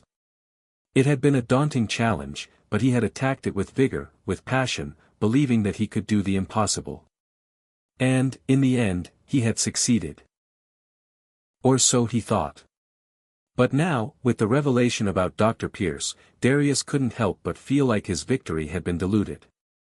It was no longer a story of triumph against all odds, it was a continuation of someone else's work. He had found the missing piece, but what did that mean?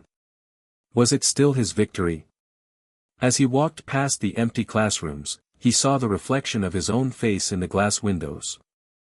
His expression was weary, his eyes tired from the weight of the discovery. There was a faint flicker of doubt in his gaze, but something else was there too, a hint of resolve, a quiet determination that wasn't ready to fade just yet. That's when he remembered something his mother had told him when he was younger. Darius, it's not about how you start. It's about how you finish. The journey, the obstacles you face, the choices you make, that's what defines you in the end. Her words rang in his ears now. The path he had taken had been his own, even if it hadn't been entirely original. The choices he had made, how he had approached the problem, how he had persevered in the face of uncertainty, those were his. The journey had been his. And that journey, in and of itself, held value. A decision had to be made. Would he let this revelation define him as someone who simply completed another's work? Or would he rise above the doubt and claim his place in the world of mathematics? As Darius stood there, alone in the hallway, he could almost feel the weight of the question pressing down on him. The world had watched him make history. Now, he had to decide what kind of legacy he wanted to leave behind. The easy path would be to fade into the background, to let the shadows of other successes take center stage. But the harder path, perhaps the more meaningful path, was to forge ahead, to carve his own identity from the work he had done and to show the world that it wasn't just about being first. It was about the courage to keep moving forward, even when the path wasn't clear. He turned toward the door to Professor Whitmore's office and knocked lightly. She was inside, as expected. But this time, it wasn't about finding answers. It was about finding clarity in his own heart. "Come in, Darius," she called from inside. Darius entered the office, his mind clearer now. Whitmore was seated at her desk, her eyes lifting from a stack of papers as she looked at him. For a moment, neither of them spoke. "Professor Whitmore," Darius began, his voice steady but filled with a quiet intensity. "You were right about the significance of my work. But I need to ask you something. What now? What do I do with this knowledge that I wasn't the first to solve it? What does it mean for me, for my future?" Whitmore regarded him thoughtfully, leaning back in her chair. There was a look of understanding in her eyes. She had been where he was now, grappling with doubts, with questions about her own place in the world of academia. "The truth is, Darius," she said, "no one is truly original. Not in the way you might think. Every idea, every breakthrough, builds on what came before it. We stand on the shoulders of giants. But that doesn't mean what you've done doesn't matter. It doesn't mean your contribution isn't significant. You found something that was hidden, something that others couldn't see. You didn't just finish what Dr. Pierce started, you gave it a new life. You did something that no one else could." Darius nodded slowly. Her words resonated with him, like a spark lighting something deep within. He wasn't just completing someone else's work, he was pushing it forward. His perspective, his approach, had allowed him to see what others could not. It had been his ingenuity, his determination, that had brought the solution to light. "But it's more than that," Whitmore continued. "This is your moment to decide what kind of legacy you want to leave. You don't have to let others define you. You can take this moment, this success, and build something even greater. What you've done matters, Darius. The world is watching you now. And if you choose to embrace this, to take ownership of your work, you'll show them all that it's not about who did it first. It's about who had the courage to finish it."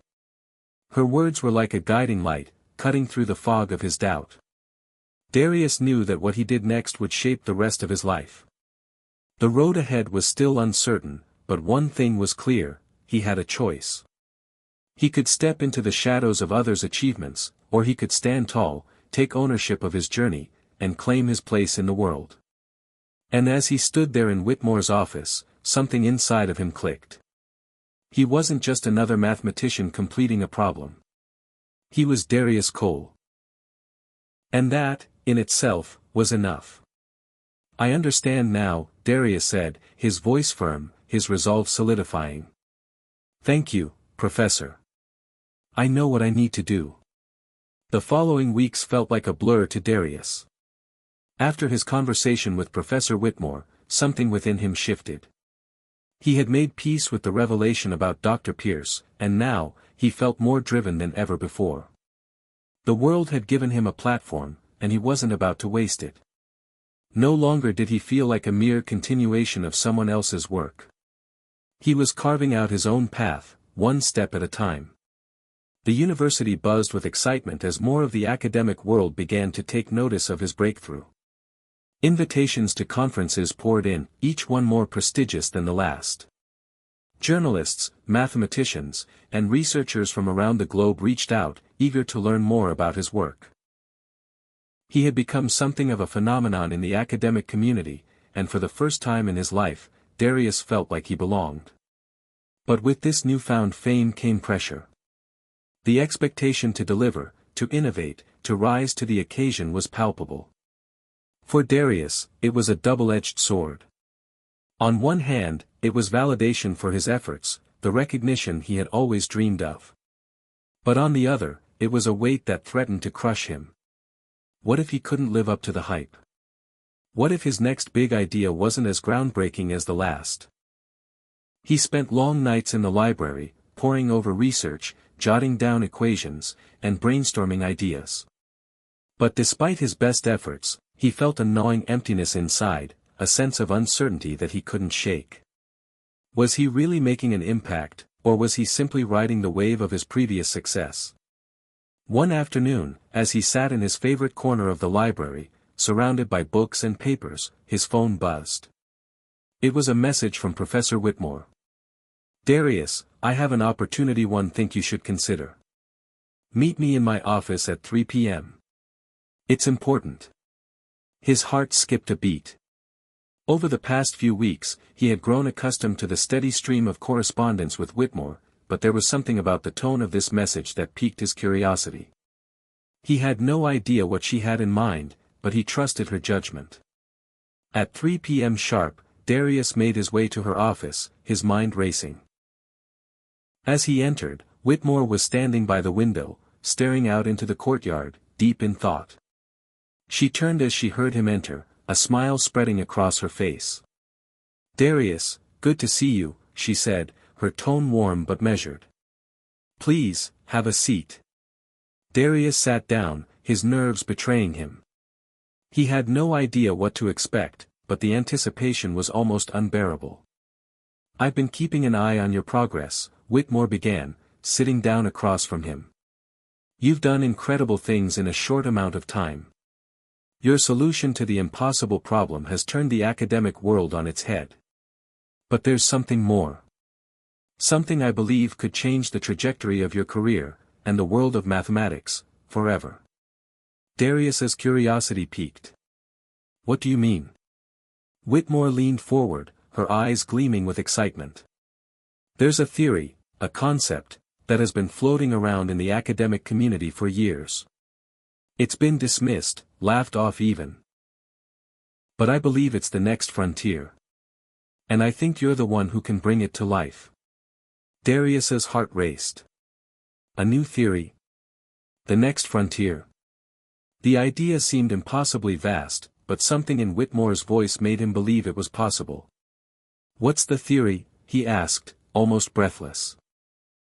Whitmore paused for a moment, as if weighing how to present it. "It's about the possibility of a unified mathematical theory. A theory that can explain the connection between all mathematical systems, how they interrelate, how they work together to form a unified whole. We've always separated disciplines like algebra, geometry, calculus, and statistics, but what if they were all part of a greater system? A system that could help us understand not just mathematics, but the very fabric of the universe itself." Darius sat back, stunned. The idea was revolutionary, more than that, it was a dream that had eluded mathematicians for centuries. The idea of a unified theory was a holy grail, the kind of breakthrough that could change everything. But it was also a massive undertaking. The pressure of trying to connect these disparate mathematical fields into a cohesive whole was overwhelming. "Do you really think it's possible?" Darius asked, his voice barely above a whisper. "I do," Whitmore said firmly. "And I think you're the one who can do it." Darius's mind raced as he processed the enormity of what Whitmore was suggesting. This wasn't just a continuation of someone else's work. This was uncharted territory. It was the kind of challenge that could define an entire career, if he succeeded. But the fear, the self-doubt, crept back in. What if he couldn't live up to the expectations? What if the world's attention on him was fleeting? What if he failed? "I don't know if I'm ready for something like this," Darius admitted, his voice heavy with uncertainty. "What if I can't pull it off?" Whitmore gave him a reassuring smile. "You've already done something no one else thought was possible. You solved the impossible problem. And that same drive, that same brilliance, will carry you through this next challenge. This is your moment, Darius. But only you can decide whether to take it." The weight of her words settled on him, and for the first time in a long while, Darius felt a sense of clarity. He had spent so much time worrying about whether he was enough, whether his success was truly his own, that he had forgotten why he got into mathematics in the first place, because he loved it. Because it was his passion. And now, he had the chance to do something truly groundbreaking. The question was no longer whether he could do it, it was whether he was willing to risk everything for it. After a long silence, Darius finally spoke, his voice steady with newfound resolve. "I'll do it.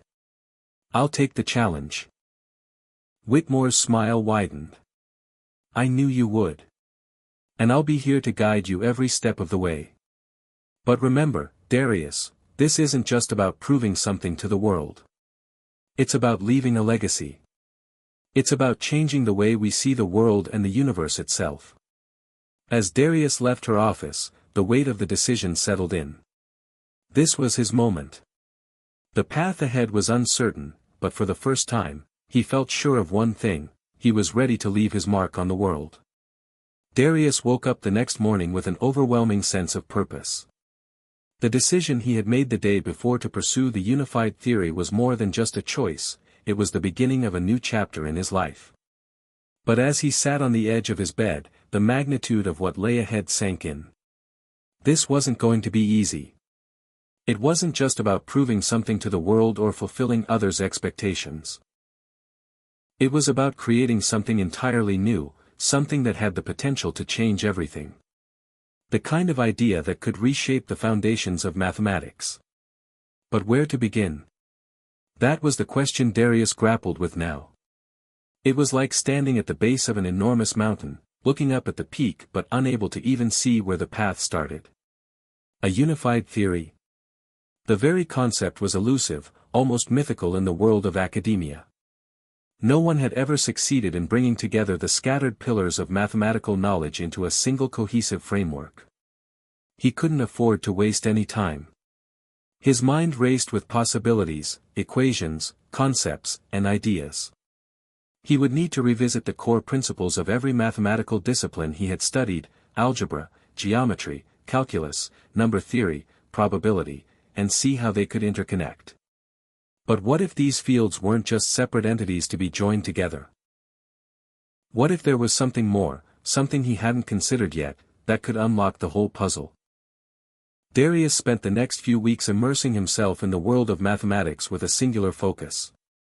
He revisited his old textbooks, not just skimming them for solutions but reading them with new eyes, searching for patterns, connections, and hidden relationships.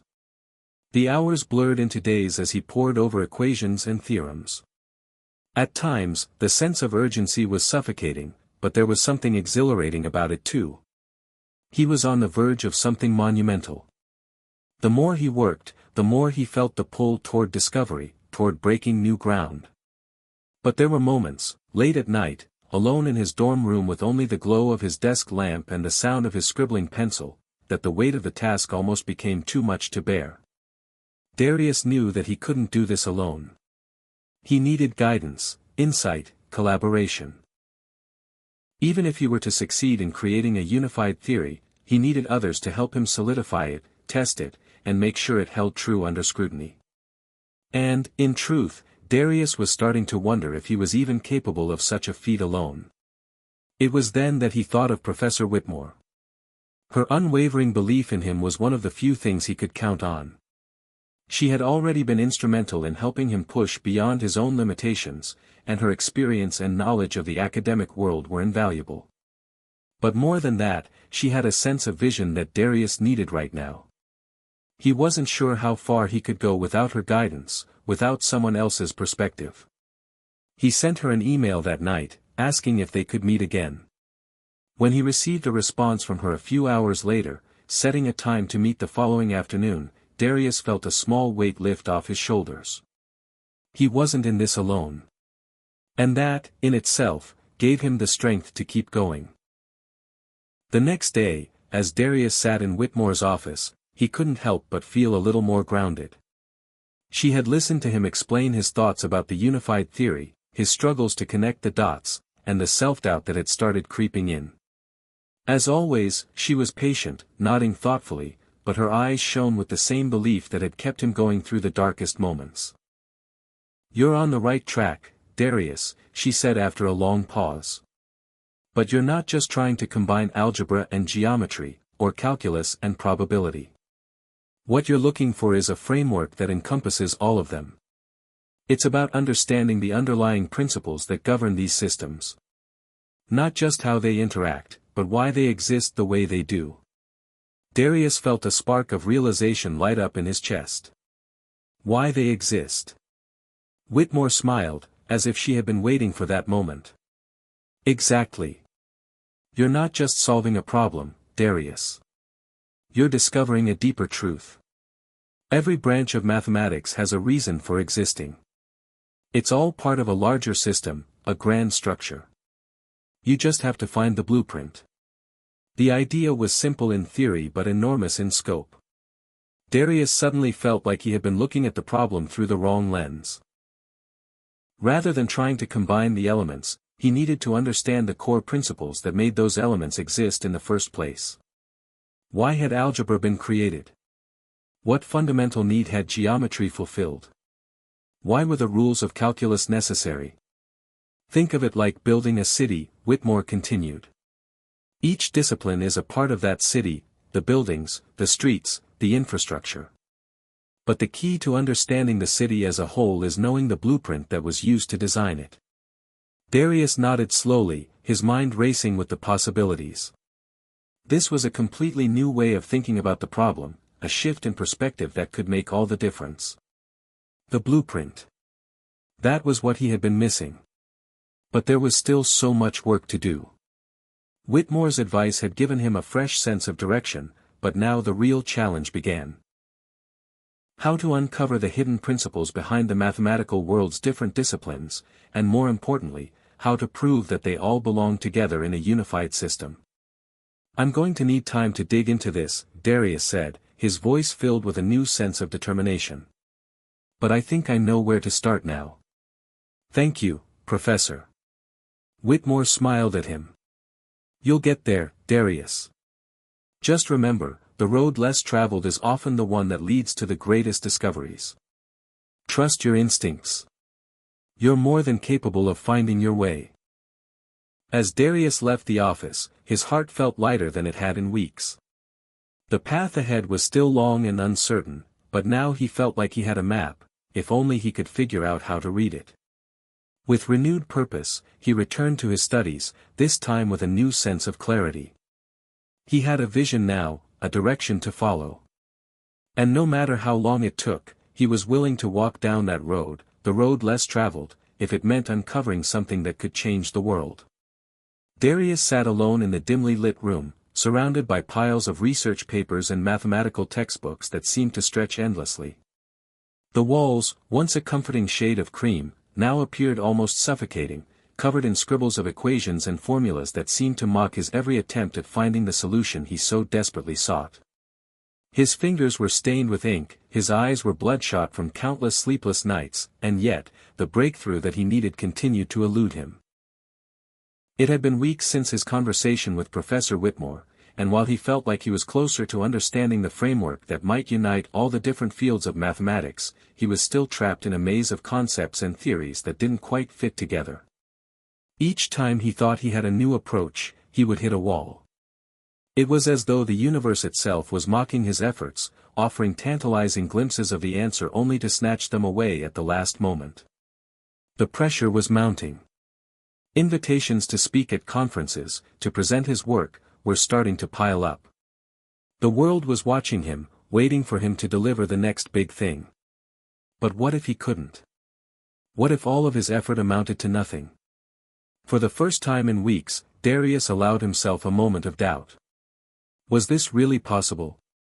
Was he really capable of creating something so monumental, so transformative, or had he simply gotten lucky with his first breakthrough? The questions lingered, threatening to unravel everything he had worked for.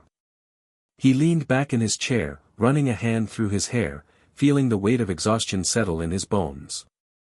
It was then that he heard a knock at the door. Darius? It was Professor Whitmore, her voice gentle but firm. Can I come in? Without waiting for an answer, she stepped into the room, her presence immediately offering a sense of comfort amidst the chaos. She looked around at the scattered papers and equations, taking in the sight of Darius's overwhelmed state, but instead of commenting on the mess, she simply walked over to his desk, sat down across from him, and waited. I've been thinking about the problem, Darius said quietly, not meeting her eyes. I feel like I'm getting closer, but every time I think I've cracked it, I hit another dead end. I don't know if I can do this, Professor. Maybe I'm just not cut out for something this big. Professor Whitmore didn't immediately respond. Instead, she took a moment to let his words hang in the air. She could see the weight of self-doubt in his eyes, the exhaustion etched into his face. But she had seen this before, with other great minds. It was the point where they almost gave up.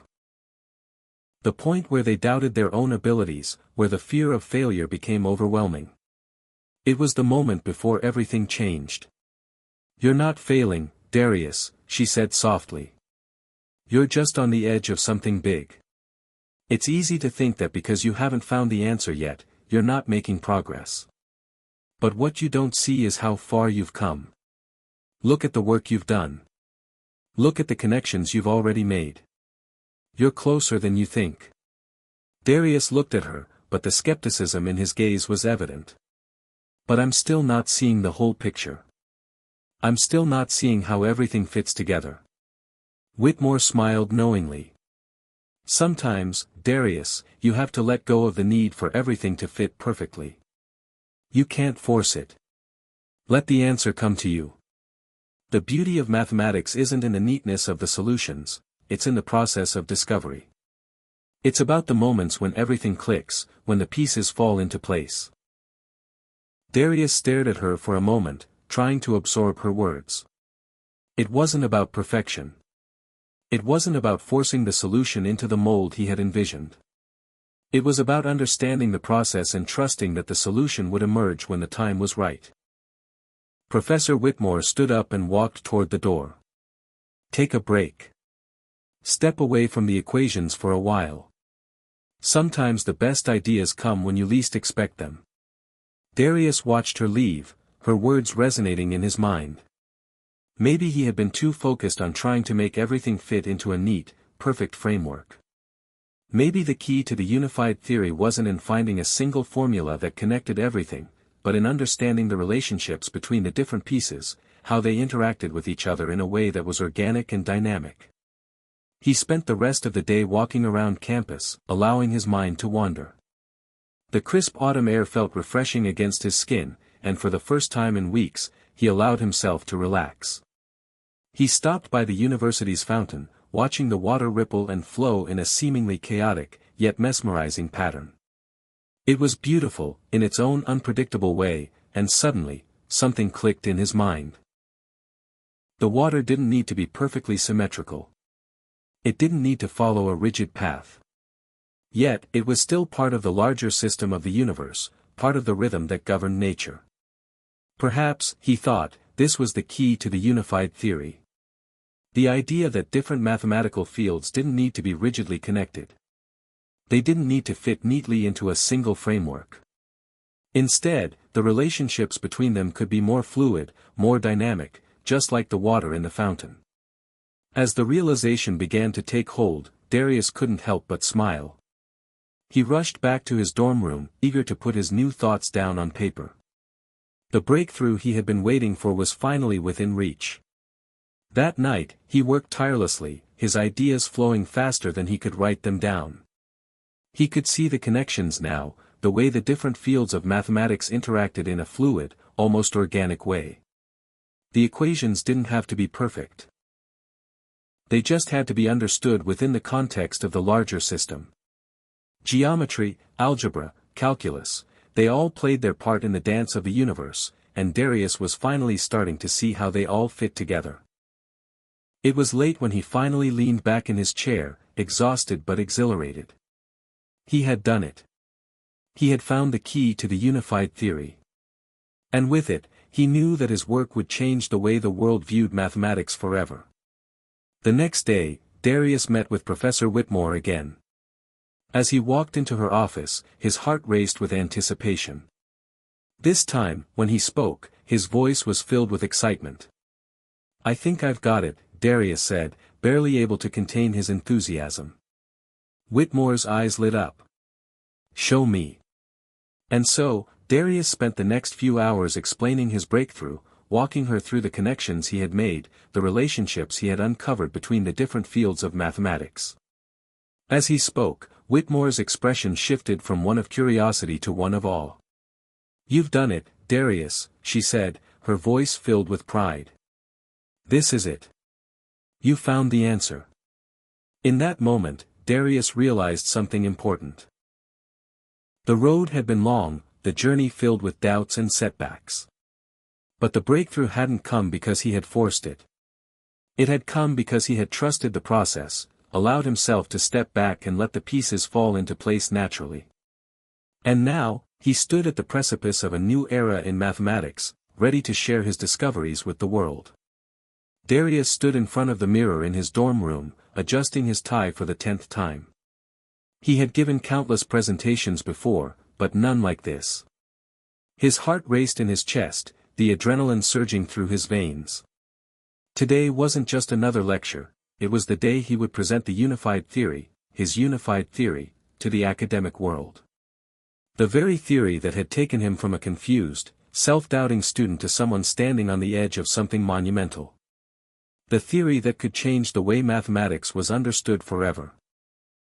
It had been a week since Darius's breakthrough, and after presenting his findings to Professor Whitmore, the decision had been made. He would present his work at the prestigious annual Mathematics Symposium, a gathering of the brightest minds in the field. He'd spent the last few days refining his presentation, making sure the math was flawless, the arguments sound, and the visuals clear. He wanted to make sure there was no room for doubt, no question about the validity of his theory.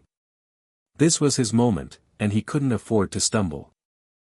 As he fixed his tie one last time, a knock came at the door. "Darius?" "It's time," Professor Whitmore's voice called through the door. His stomach flipped, but he took a deep breath and opened the door. She stood there, smiling warmly, dressed in her usual professional yet approachable attire. She looked at him for a moment, her eyes soft but filled with pride. "You're going to do great," she said, giving him a reassuring pat on the back. "Remember, this is not just about the math. It's about the story you're telling. You've made the connections. Now, show them how." Darius nodded, but he couldn't help but feel the weight of the moment. How do you present something as massive as a unified theory to people who had spent their entire careers in pursuit of the same thing? What if they didn't see what he saw? What if they didn't believe in the possibility of such a theory? "You've earned this," Whitmore added, as if reading his thoughts. "They'll see the value in your work. Just trust yourself. You've already proven everything you need to prove." Darius took a deep breath, trying to calm his nerves. "Thanks, Professor," he said, his voice quieter than he intended. But he felt her steady presence anchor him. He wasn't doing this alone. Not anymore. As they made their way to the auditorium, Darius couldn't help but notice the murmurs of excitement in the air. The annual Mathematics Symposium wasn't just another academic conference. It was where the brightest minds in the field came together to share their work, to challenge each other, and to push the boundaries of knowledge. And Darius was about to step onto that stage, ready to do exactly that. The auditorium was packed, filled with professors, mathematicians, and students from all corners of the globe. Some were already deep in conversation, others were reviewing their notes, and a few had their eyes on the clock, waiting for the next presentation to begin. Darius's presentation was scheduled near the end, which only added to his anxiety. But at the same time, he couldn't help but feel a sense of anticipation. This was his moment to show the world what he had discovered. He and Professor Whitmore walked toward the front of the auditorium, where the podium and projector were set up. Darius could feel the eyes of the audience on him, and his palms began to sweat. But he focused on the task at hand. He had spent months preparing for this moment. He had already solved the most difficult part, the math. Now, all he had to do was tell the story of how everything came together. Professor Whitmore gave him a final encouraging look before she took her seat in the front row. As Darius stepped up to the podium, the murmur of the crowd faded, replaced by the soft click of the projector as it began to display the title slide of his presentation, The Unified Theory, a New Framework for Understanding Mathematics. The room fell silent. Darius cleared his throat and began. "Good afternoon, everyone. My name is Darius Cole, and I'm here to present my work on the unified theory of mathematics. I know that many of you have spent years, even decades, searching for a theory that can tie together the different branches of mathematics into a single framework. I'm not here to claim that I have the definitive answer, but I believe I've made a significant breakthrough that could help us understand how these fields connect in ways we've never seen before." He paused for a moment, allowing the weight of his words to settle over the audience. It was clear that they were paying attention. He could see the skepticism in some faces, but there were also a few curious expressions in the crowd. People were listening. He had their attention. The traditional approach to mathematics has often treated the different fields, algebra, geometry, calculus, number theory, as isolated systems, each with its own set of rules and principles, Darius continued. But what if these fields aren't isolated at all? What if they are all part of a larger, interconnected system? That's what I've been exploring. The idea that there's a deeper structure to mathematics that unites all of these fields. He gestured toward the projector screen, which now displayed a series of equations, diagrams, and interconnected webs of ideas. The audience leaned in, intrigued by what they saw. The key to understanding this unified framework is not just in the formulas themselves, but in the relationships between them, Darius said, his voice gaining confidence. By understanding the underlying principles that govern these different branches of mathematics, I believe we can finally connect them into a single, cohesive theory. A theory that explains not just how the different fields work, but why they exist the way they do. He spent the next several minutes explaining the core concepts of his theory, walking the audience through the key ideas and showing them how they interrelated. He spoke about the fluidity of mathematics, how it wasn't about rigid systems, but rather about understanding the dynamic relationships between the fields. He highlighted how algebra, geometry, and calculus all played a role in a larger system, working together to describe the structure of the universe in ways that were previously impossible to grasp. As Darius spoke, he could see the expressions of the audience shift. Some were nodding, others were furiously taking notes. There was a growing sense of excitement in the air. He knew he had to keep pushing forward, but he could feel the momentum building. He was reaching them. They were starting to see what he saw. By the time he finished, the room was still. There was a sense of anticipation in the air. Darius stood silently for a moment, allowing his final words to hang in the air. "This, I believe, is the beginning of a new era in mathematics," he said. "The unified theory is not just about solving equations, it's about understanding the very fabric of the mathematical universe." He stepped back from the podium, his heart racing as he waited for the reaction. The silence that followed felt like an eternity. But then, one by one, the mathematicians in the audience began to clap. At first, it was tentative, almost unsure. But soon, the applause grew louder, more enthusiastic, until the entire room was clapping in appreciation. Darius's chest swelled with pride, but he kept his composure. This wasn't just about the recognition. It was about the fact that he had done it. He had cracked the code. And now, the world would see it too. The moment Darius had been anticipating for months had finally arrived. The pressure that had been building over weeks and months felt like a constant weight on his shoulders, an invisible force that threatened to crush him at any given moment. It was now time for the final confrontation, the debate between him and Dr. Harper, the moment that would determine whether his groundbreaking theory would be accepted or dismissed forever. But the tension wasn't just coming from the academic community. It was personal. The people he cared about most, the ones who had supported him through thick and thin, were starting to feel the effects of his relentless pursuit. The late nights, the constant revisions, the relentless pressure. It was taking its toll on everyone.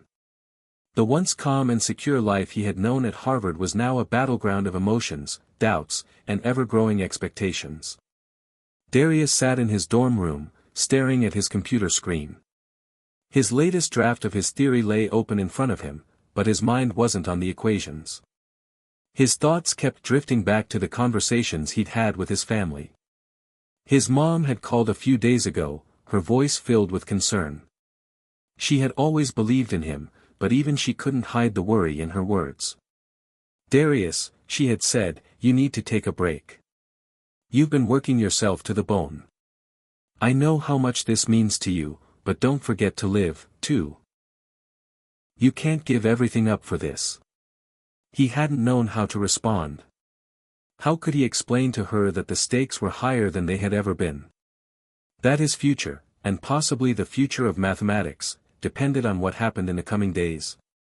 How could he make her understand that this wasn't just about the theory anymore?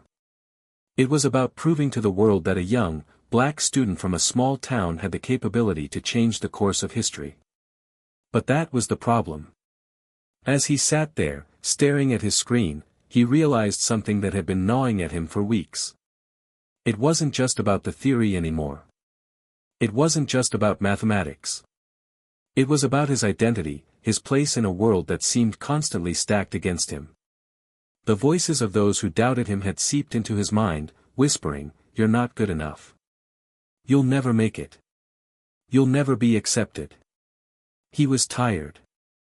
Physically, emotionally, and mentally drained. The weight of it all had caught up to him, and it was starting to break him. It was hard to admit, but the constant battle, against the expectations of his professors, against the doubts of his peers, against the fear of failure, was wearing him down.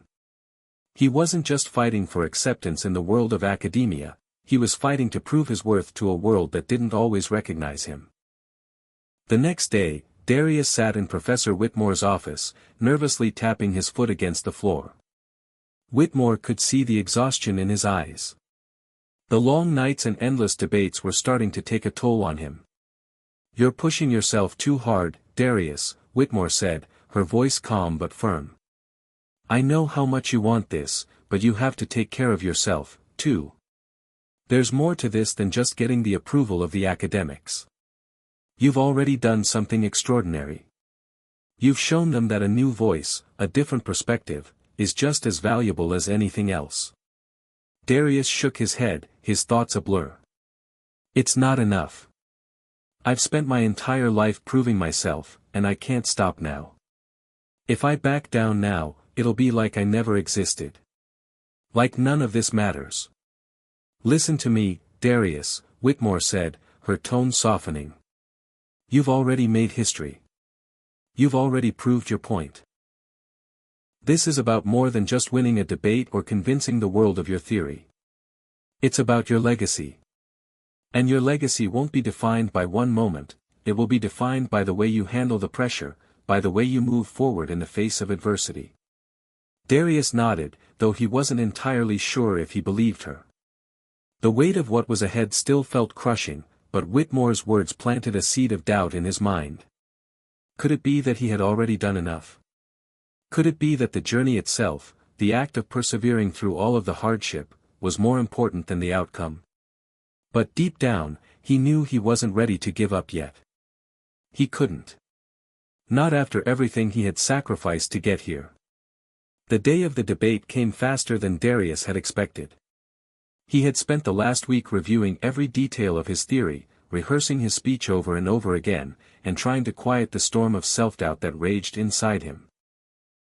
But despite his preparations, the anxiety he felt was suffocating. The auditorium at Harvard had never felt so large, the stage so intimidating. Darius sat in the back of the room, waiting for his turn. The debates were already underway, with other mathematicians discussing a variety of topics. But he barely heard a word. His mind kept replaying the arguments that had been made against his theory, the criticisms that still stung like fresh wounds. When his name was finally called, Darius stood up, his legs feeling like they were made of lead. He walked toward the stage, each step heavier than the last. The lights were blinding as he approached the podium. He could feel the eyes of the entire room on him, watching, waiting for him to speak. And yet, when he looked out into the sea of faces, he didn't see critics or doubters. He saw opportunities. He saw the chance to prove himself, to rise above the pressures and doubts that had threatened to drown him. Taking a deep breath, Darius adjusted the microphone and began. "Ladies and gentlemen, esteemed colleagues, I stand before you today not just to defend my theory, but to present a vision of what mathematics can become. It's a vision that challenges everything we thought we knew, but it's also one that opens the door to new possibilities. It's bold, it's new, and it may be uncomfortable, but that's how progress happens. By challenging the status quo. His voice grew stronger as he continued, the words flowing more easily than he had expected. He didn't feel like a student anymore. He felt like a force, a presence that could not be ignored. As Darius outlined his theory once more, addressing the criticisms head-on, something shifted in the room. He could see the change in the faces of the audience, the subtle nods of approval, the softened expressions. For the first time in weeks, Darius felt a sense of peace. The fight, the struggle, the constant pressure, it had led him here. And in that moment, he was exactly where he needed to be. The debate ended, and Darius was greeted with applause. It wasn't the roaring applause of victory, but it was enough. It was recognition, acknowledgement that his ideas were worth considering. More importantly, it was the first step in earning his place among the mathematicians who had once been so far out of his reach. As he left the stage, Darius knew that this was only the beginning. The battle for acceptance was far from over, but today, he had proven something to himself. He had proven that, no matter the doubts, no matter the obstacles, he had the strength to fight. And no one could take that away from him. The days that followed Darius's presentation were both exhilarating and daunting. His name was being discussed in academic circles, printed in newspapers, and shared across social media platforms. Yet, with this recognition came an increasing weight of expectation, a burden that began to gnaw at him. Everyone wanted a piece of his success. They wanted to be associated with him, to understand how he'd done it, and to figure out where his theory could take them next. Darius had never been someone who craved fame. He wasn't in this for the applause. His journey had always been about the work, the pursuit of understanding, the thrill of solving the unsolvable. But now, as the eyes of the academic world trained on him, he found himself caught between two realities, the peaceful pursuit of knowledge and the chaos of his newfound role as a mathematical celebrity. It was early one morning, just after the sun had risen, when Darius found himself walking the familiar paths of Harvard Yard, trying to clear his mind. The campus, normally bustling with students, was quieter than usual, the serenity of the morning giving him a chance to reflect. It was during this walk that his phone buzzed. The message was from Professor Whitmore. "We need to talk. Meet me in my office at 2 p.m. I have something important to discuss." His stomach churned. The tone of the message wasn't casual. It was serious. He'd been so wrapped up in the whirlwind of attention that he hadn't considered what might be coming next. What if his theory wasn't as bulletproof as he thought? What if the other mathematicians weren't as convinced as they seemed? At 2 p.m., Darius walked into Whitmore's office, his mind racing. Professor Whitmore sat behind her desk, her face unreadable. She motioned for him to sit. "Darius," she began slowly, "there's something you need to understand. What you've discovered is revolutionary, but the academic world can be a harsh place. People will want to tear your work apart. They'll look for flaws, inconsistencies, anything they can use to discredit you. And right now, there's a group of influential mathematicians who are already challenging your theory." Darius felt a cold sweat form on the back of his neck. He had known this was coming, had anticipated the skepticism. But hearing it from Whitmore, the one person who had supported him unconditionally, made it all the more real. "Who?" Darius asked, his voice tight. Professor Whitmore leaned forward, folding her hands on the desk. "A group of senior mathematicians led by Dr. Elias Harper. They've already submitted a rebuttal to several journals, questioning your methods, your conclusions. They believe that your theory, while impressive, is fundamentally flawed. And they're willing to do whatever it takes to prove it." Darius felt a pang in his chest. Dr. Harper had been one of the first to ask him tough questions about his work, but he had seemed respectful, even curious. Now, it was clear that Harper and others were not just interested in the theory, they wanted to challenge him, to bring him down a peg. "What are they saying exactly?" Darius asked, trying to steady his breath. "They're questioning the consistency of your equations, particularly the way your unified theory attempts to integrate separate mathematical systems. They believe that your assumptions, while bold, are based on a shaky foundation. They argue that you've made leaps in logic without providing sufficient proof to back them up. In short, they're accusing you of overreaching. Darius clenched his fists, his knuckles widening. He had known the risks of unveiling something so monumental, but hearing that his ideas were being attacked, by people who had decades more experience than he did, stung. "Is there anything I can do?" he asked, trying to keep the panic from rising in his chest. "How do I defend my work against them?" Whitmore's gaze softened, but her expression remained serious. "First, understand that this is normal. No discovery, no matter how groundbreaking, is accepted without scrutiny. They will test you, Darius. They will test your theory in ways that you never imagined. But you have one advantage: they've underestimated you. They think you're just a student, someone they can dismiss easily. They think you'll buckle under the pressure. But you have something they don't: fresh eyes. You've approached this from a new perspective. You've seen connections they couldn't see. That's your strength." Darius took a deep breath. He could feel his pulse quickening, the fear threatening to rise. This was it, this was the moment when everything could unravel. But Professor Whitmore was right. He wasn't some academic novice stumbling through uncharted territory. He had created something that could change the course of mathematical thought, and now, he had to fight for it. "Do you think I can prove them wrong?" he asked quietly. Whitmore's smile was faint but genuine. "I know you can. But it won't be easy. You'll need to be meticulous. You'll need to go back through your work, double-check your equations, your assumptions. But most of all, you'll need to hold firm to your belief in your theory. If you waver, they'll know." Darius nodded. He had come too far to let doubt creep in now. "I'll do whatever it takes," he said with determination. Professor Whitmore rose from her desk and placed a reassuring hand on his shoulder. "I believe in you, Darius. And remember, this isn't just about the math. This is about showing them who you are.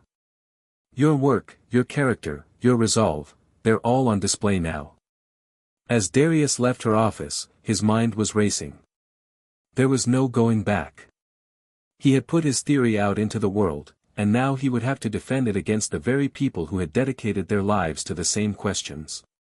The challenge ahead of him felt daunting, but it was also exhilarating. This was what he had always wanted: to push the boundaries, to test his ideas, to see if they could stand the test of the fiercest scrutiny. But as he walked across campus, his thoughts turned inward. The fear of failure, the fear of being torn apart by experts, gnawed at him. He was a student. He was still learning. What if they were right? What if his theory wasn't as flawless as he thought? He stopped for a moment, looking up at the towering trees that lined Harvard Yard. For a second, the world felt impossibly vast.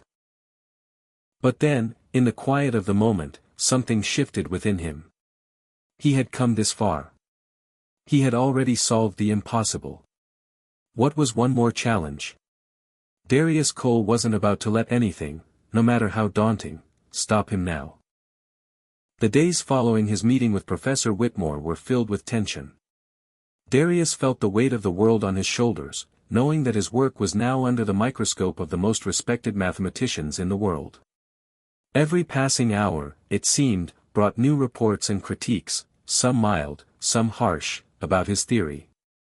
The academic world was no longer just interested in what he had discovered, but how he had come to these conclusions, and whether those conclusions were as rock-solid as he had hoped. Darius spent long hours in his dorm room, combing through every page of his equations, every detail of his calculations. The pressure was mounting. What if they were right? What if his theory wasn't as flawless as he had once believed? Doubts crept into his mind like dark clouds, threatening to obscure his confidence. Yet, despite the mounting pressure, one thought kept him grounded: he had solved something that no one else had been able to solve. He had done the impossible. And no matter how tough the road ahead, he could not, would not, back down now. The formal debate between Darius and Dr. Elias Harper's group was set for the following month. It was a prestigious event, one that would be broadcasted live, watched by experts and scholars from across the globe. Darius knew that it was more than just a debate. It was a chance to defend his legacy, to prove that his theory wasn't just a fluke, but a new paradigm in mathematics. The thought of standing in front of some of the greatest minds in the field made his stomach turn.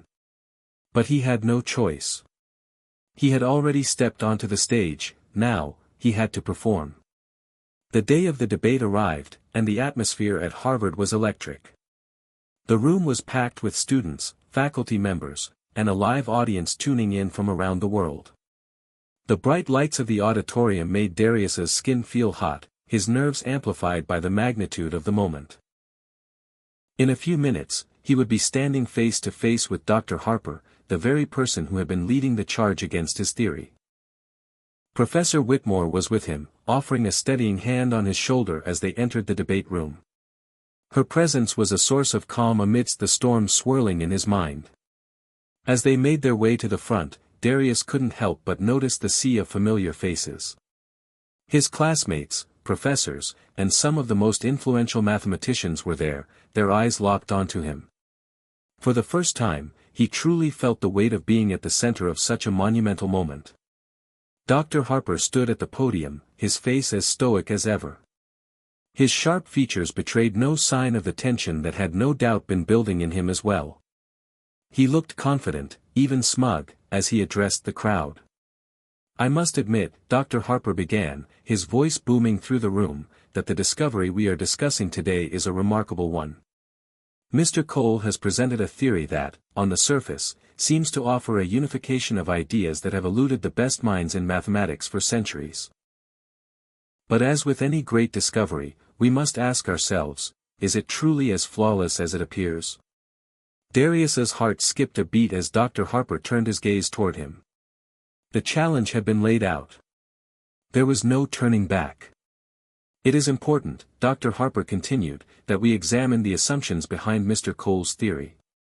The foundations of his work, while groundbreaking, rest on some potentially problematic premises. His equations, though elegant, lack the depth of proof required to convince the broader academic community that this theory holds water." Darius could feel his palms grow sweaty, but he kept his gaze fixed on Dr. Harper. He knew what was coming. He had expected this. The professor wasn't just going to question his work, he was going to attempt to tear it apart.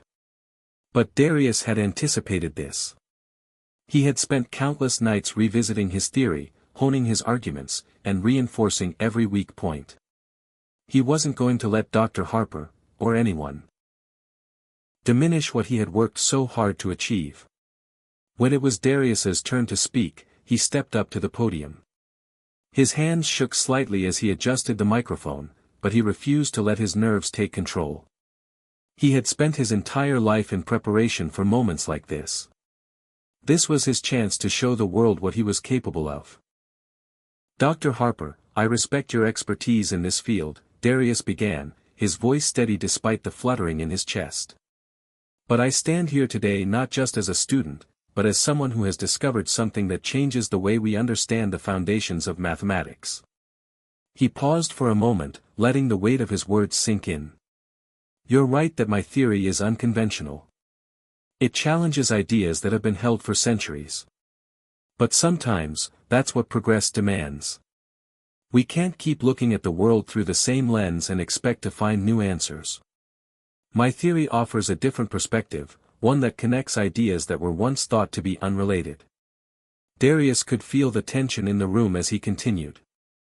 His eyes scanned the audience, some were nodding, others were waiting for him to falter.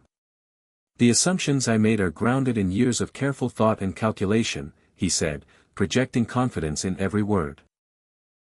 "The equations I presented have been rigorously tested, and every result has been verified. I've gone over them with the finest minds in the field. And yet, Dr. Harper, you've chosen to focus on a few technicalities instead of seeing the bigger picture. The unification of these systems isn't about proving everything in one go, it's about opening up new avenues for exploration. Dr. Harper's lips curled into a smile, but there was no warmth in it.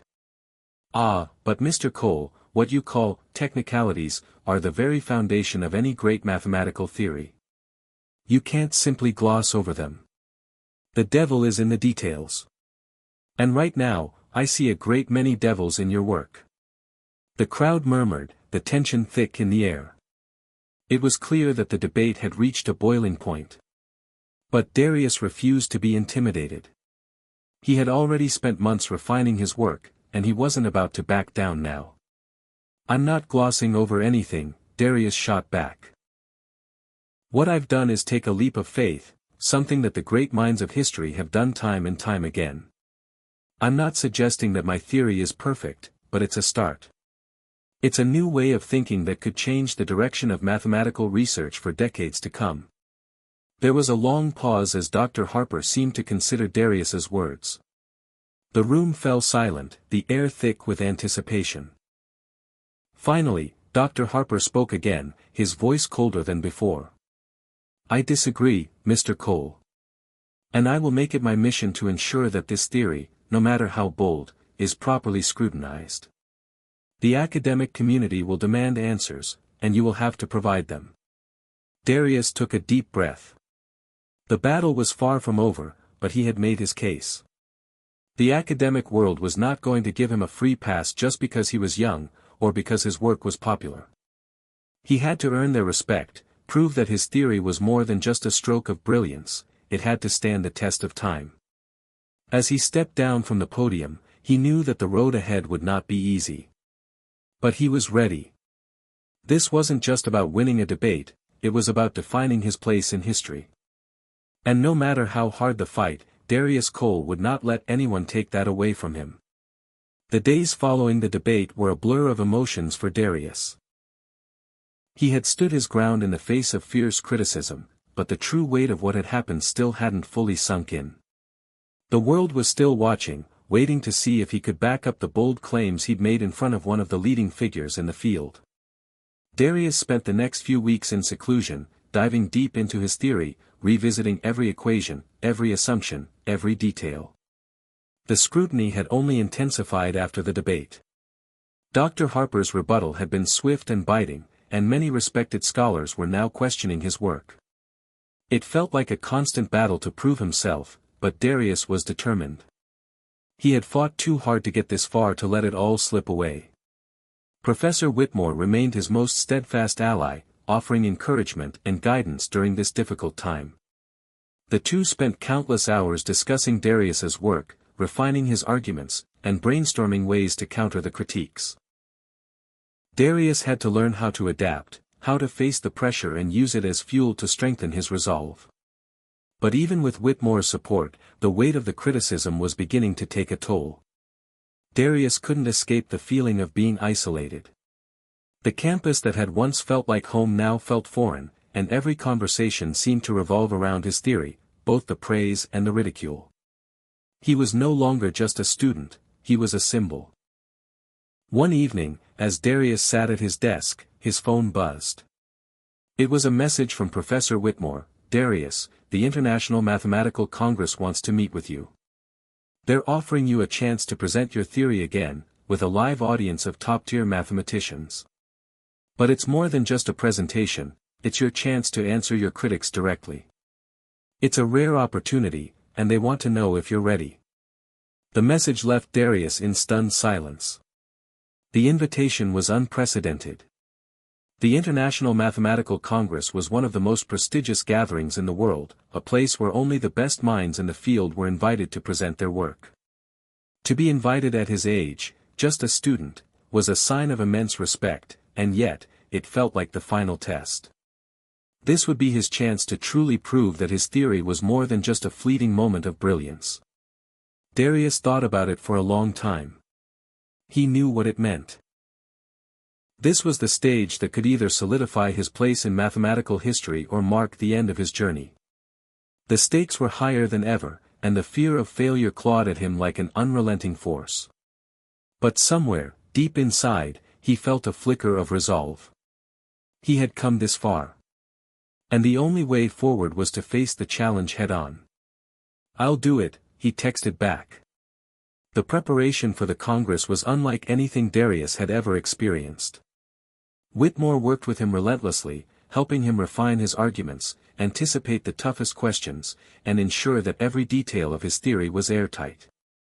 Every night, Darius stayed up late, running simulations, checking equations, and rehearsing his presentation. The pressure was immense, but he found solace in the work. It was familiar, comforting. It was what he had always done, solving problems, seeking answers, pushing forward. On the day of the Congress, Darius stood backstage, waiting for his turn to present. The room was filled with some of the most brilliant minds in the world, all of them gathered to hear the young mathematician who had shaken the foundations of their field. The anticipation in the air was palpable, and Darius could feel the weight of it pressing down on him. When his name was called, he walked onto the stage, his step steady but purposeful. The lights were bright, the faces in the audience a blur of expectation. He looked out over the sea of people, the very people who had scrutinized his work and doubted his ideas. But now, they were here to hear him. This was his moment. Darius took a deep breath and began. "My name is Darius Cole, and I'm here to present a theory that challenges our understanding of the mathematical world. It's a theory that unites seemingly disparate fields and offers new possibilities for exploration. It is not without its flaws, but no theory ever is. What I'm offering today is not the final answer, but a new direction, a new way of thinking." As Darius spoke, his confidence grew. He could feel the connection between himself and the audience, the way their eyes followed every word, every gesture. He had been nervous at first, but now, he was in his element. This was what he had trained for. This was the purpose he had sought when he first picked up a pencil and started to scribble down equations. He presented his theory, detailing each part with clarity and precision. He addressed the critiques head-on, acknowledging the areas that were still being explored while defending the strength of his overall vision. He didn't back down. He didn't retreat into the comfort of uncertainty. He stood firm, knowing that this was his time to show the world who he was, what he was capable of. As he finished his presentation, there was a moment of silence. It stretched on, longer than Darius had expected. And then, slowly, the applause began. It started as a few scattered claps, hesitant at first. But soon, the entire room erupted into a standing ovation. Darius's heart raced. It was more than just praise, it was recognition. He had done it. He had not only defended his theory, but he had also convinced them that there was something real, something groundbreaking, in what he had discovered. Professor Whitmore was in the audience, her face beaming with pride. She knew the journey had been difficult, but she also knew that this was the moment Darius had been working toward his entire life. Later that evening, Darius was invited to meet with the Congress's most influential members, including Dr. Harper. The older man was still a formidable figure in the field, but there was a subtle shift in his demeanor now. Gone was the sharpness of his earlier criticisms. Instead, there was a hint of respect. "Mr. Cole," Dr. Harper said, extending a hand, "I must admit, I had my doubts. But you've made a compelling case today. Your theory is bold, and while there are still questions to be answered, I see now that it has merit. You've earned my respect." Darius shook his hand, feeling a surge of pride.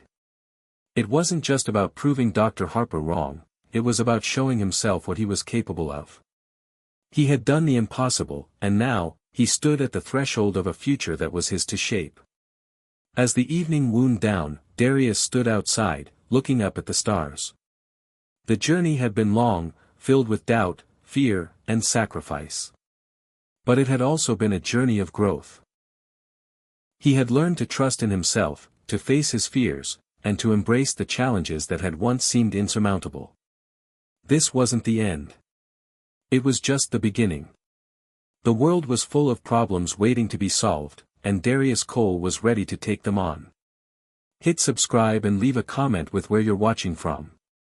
This story might just spark a new beginning. What's one thing that always pushes you forward, even when things get tough?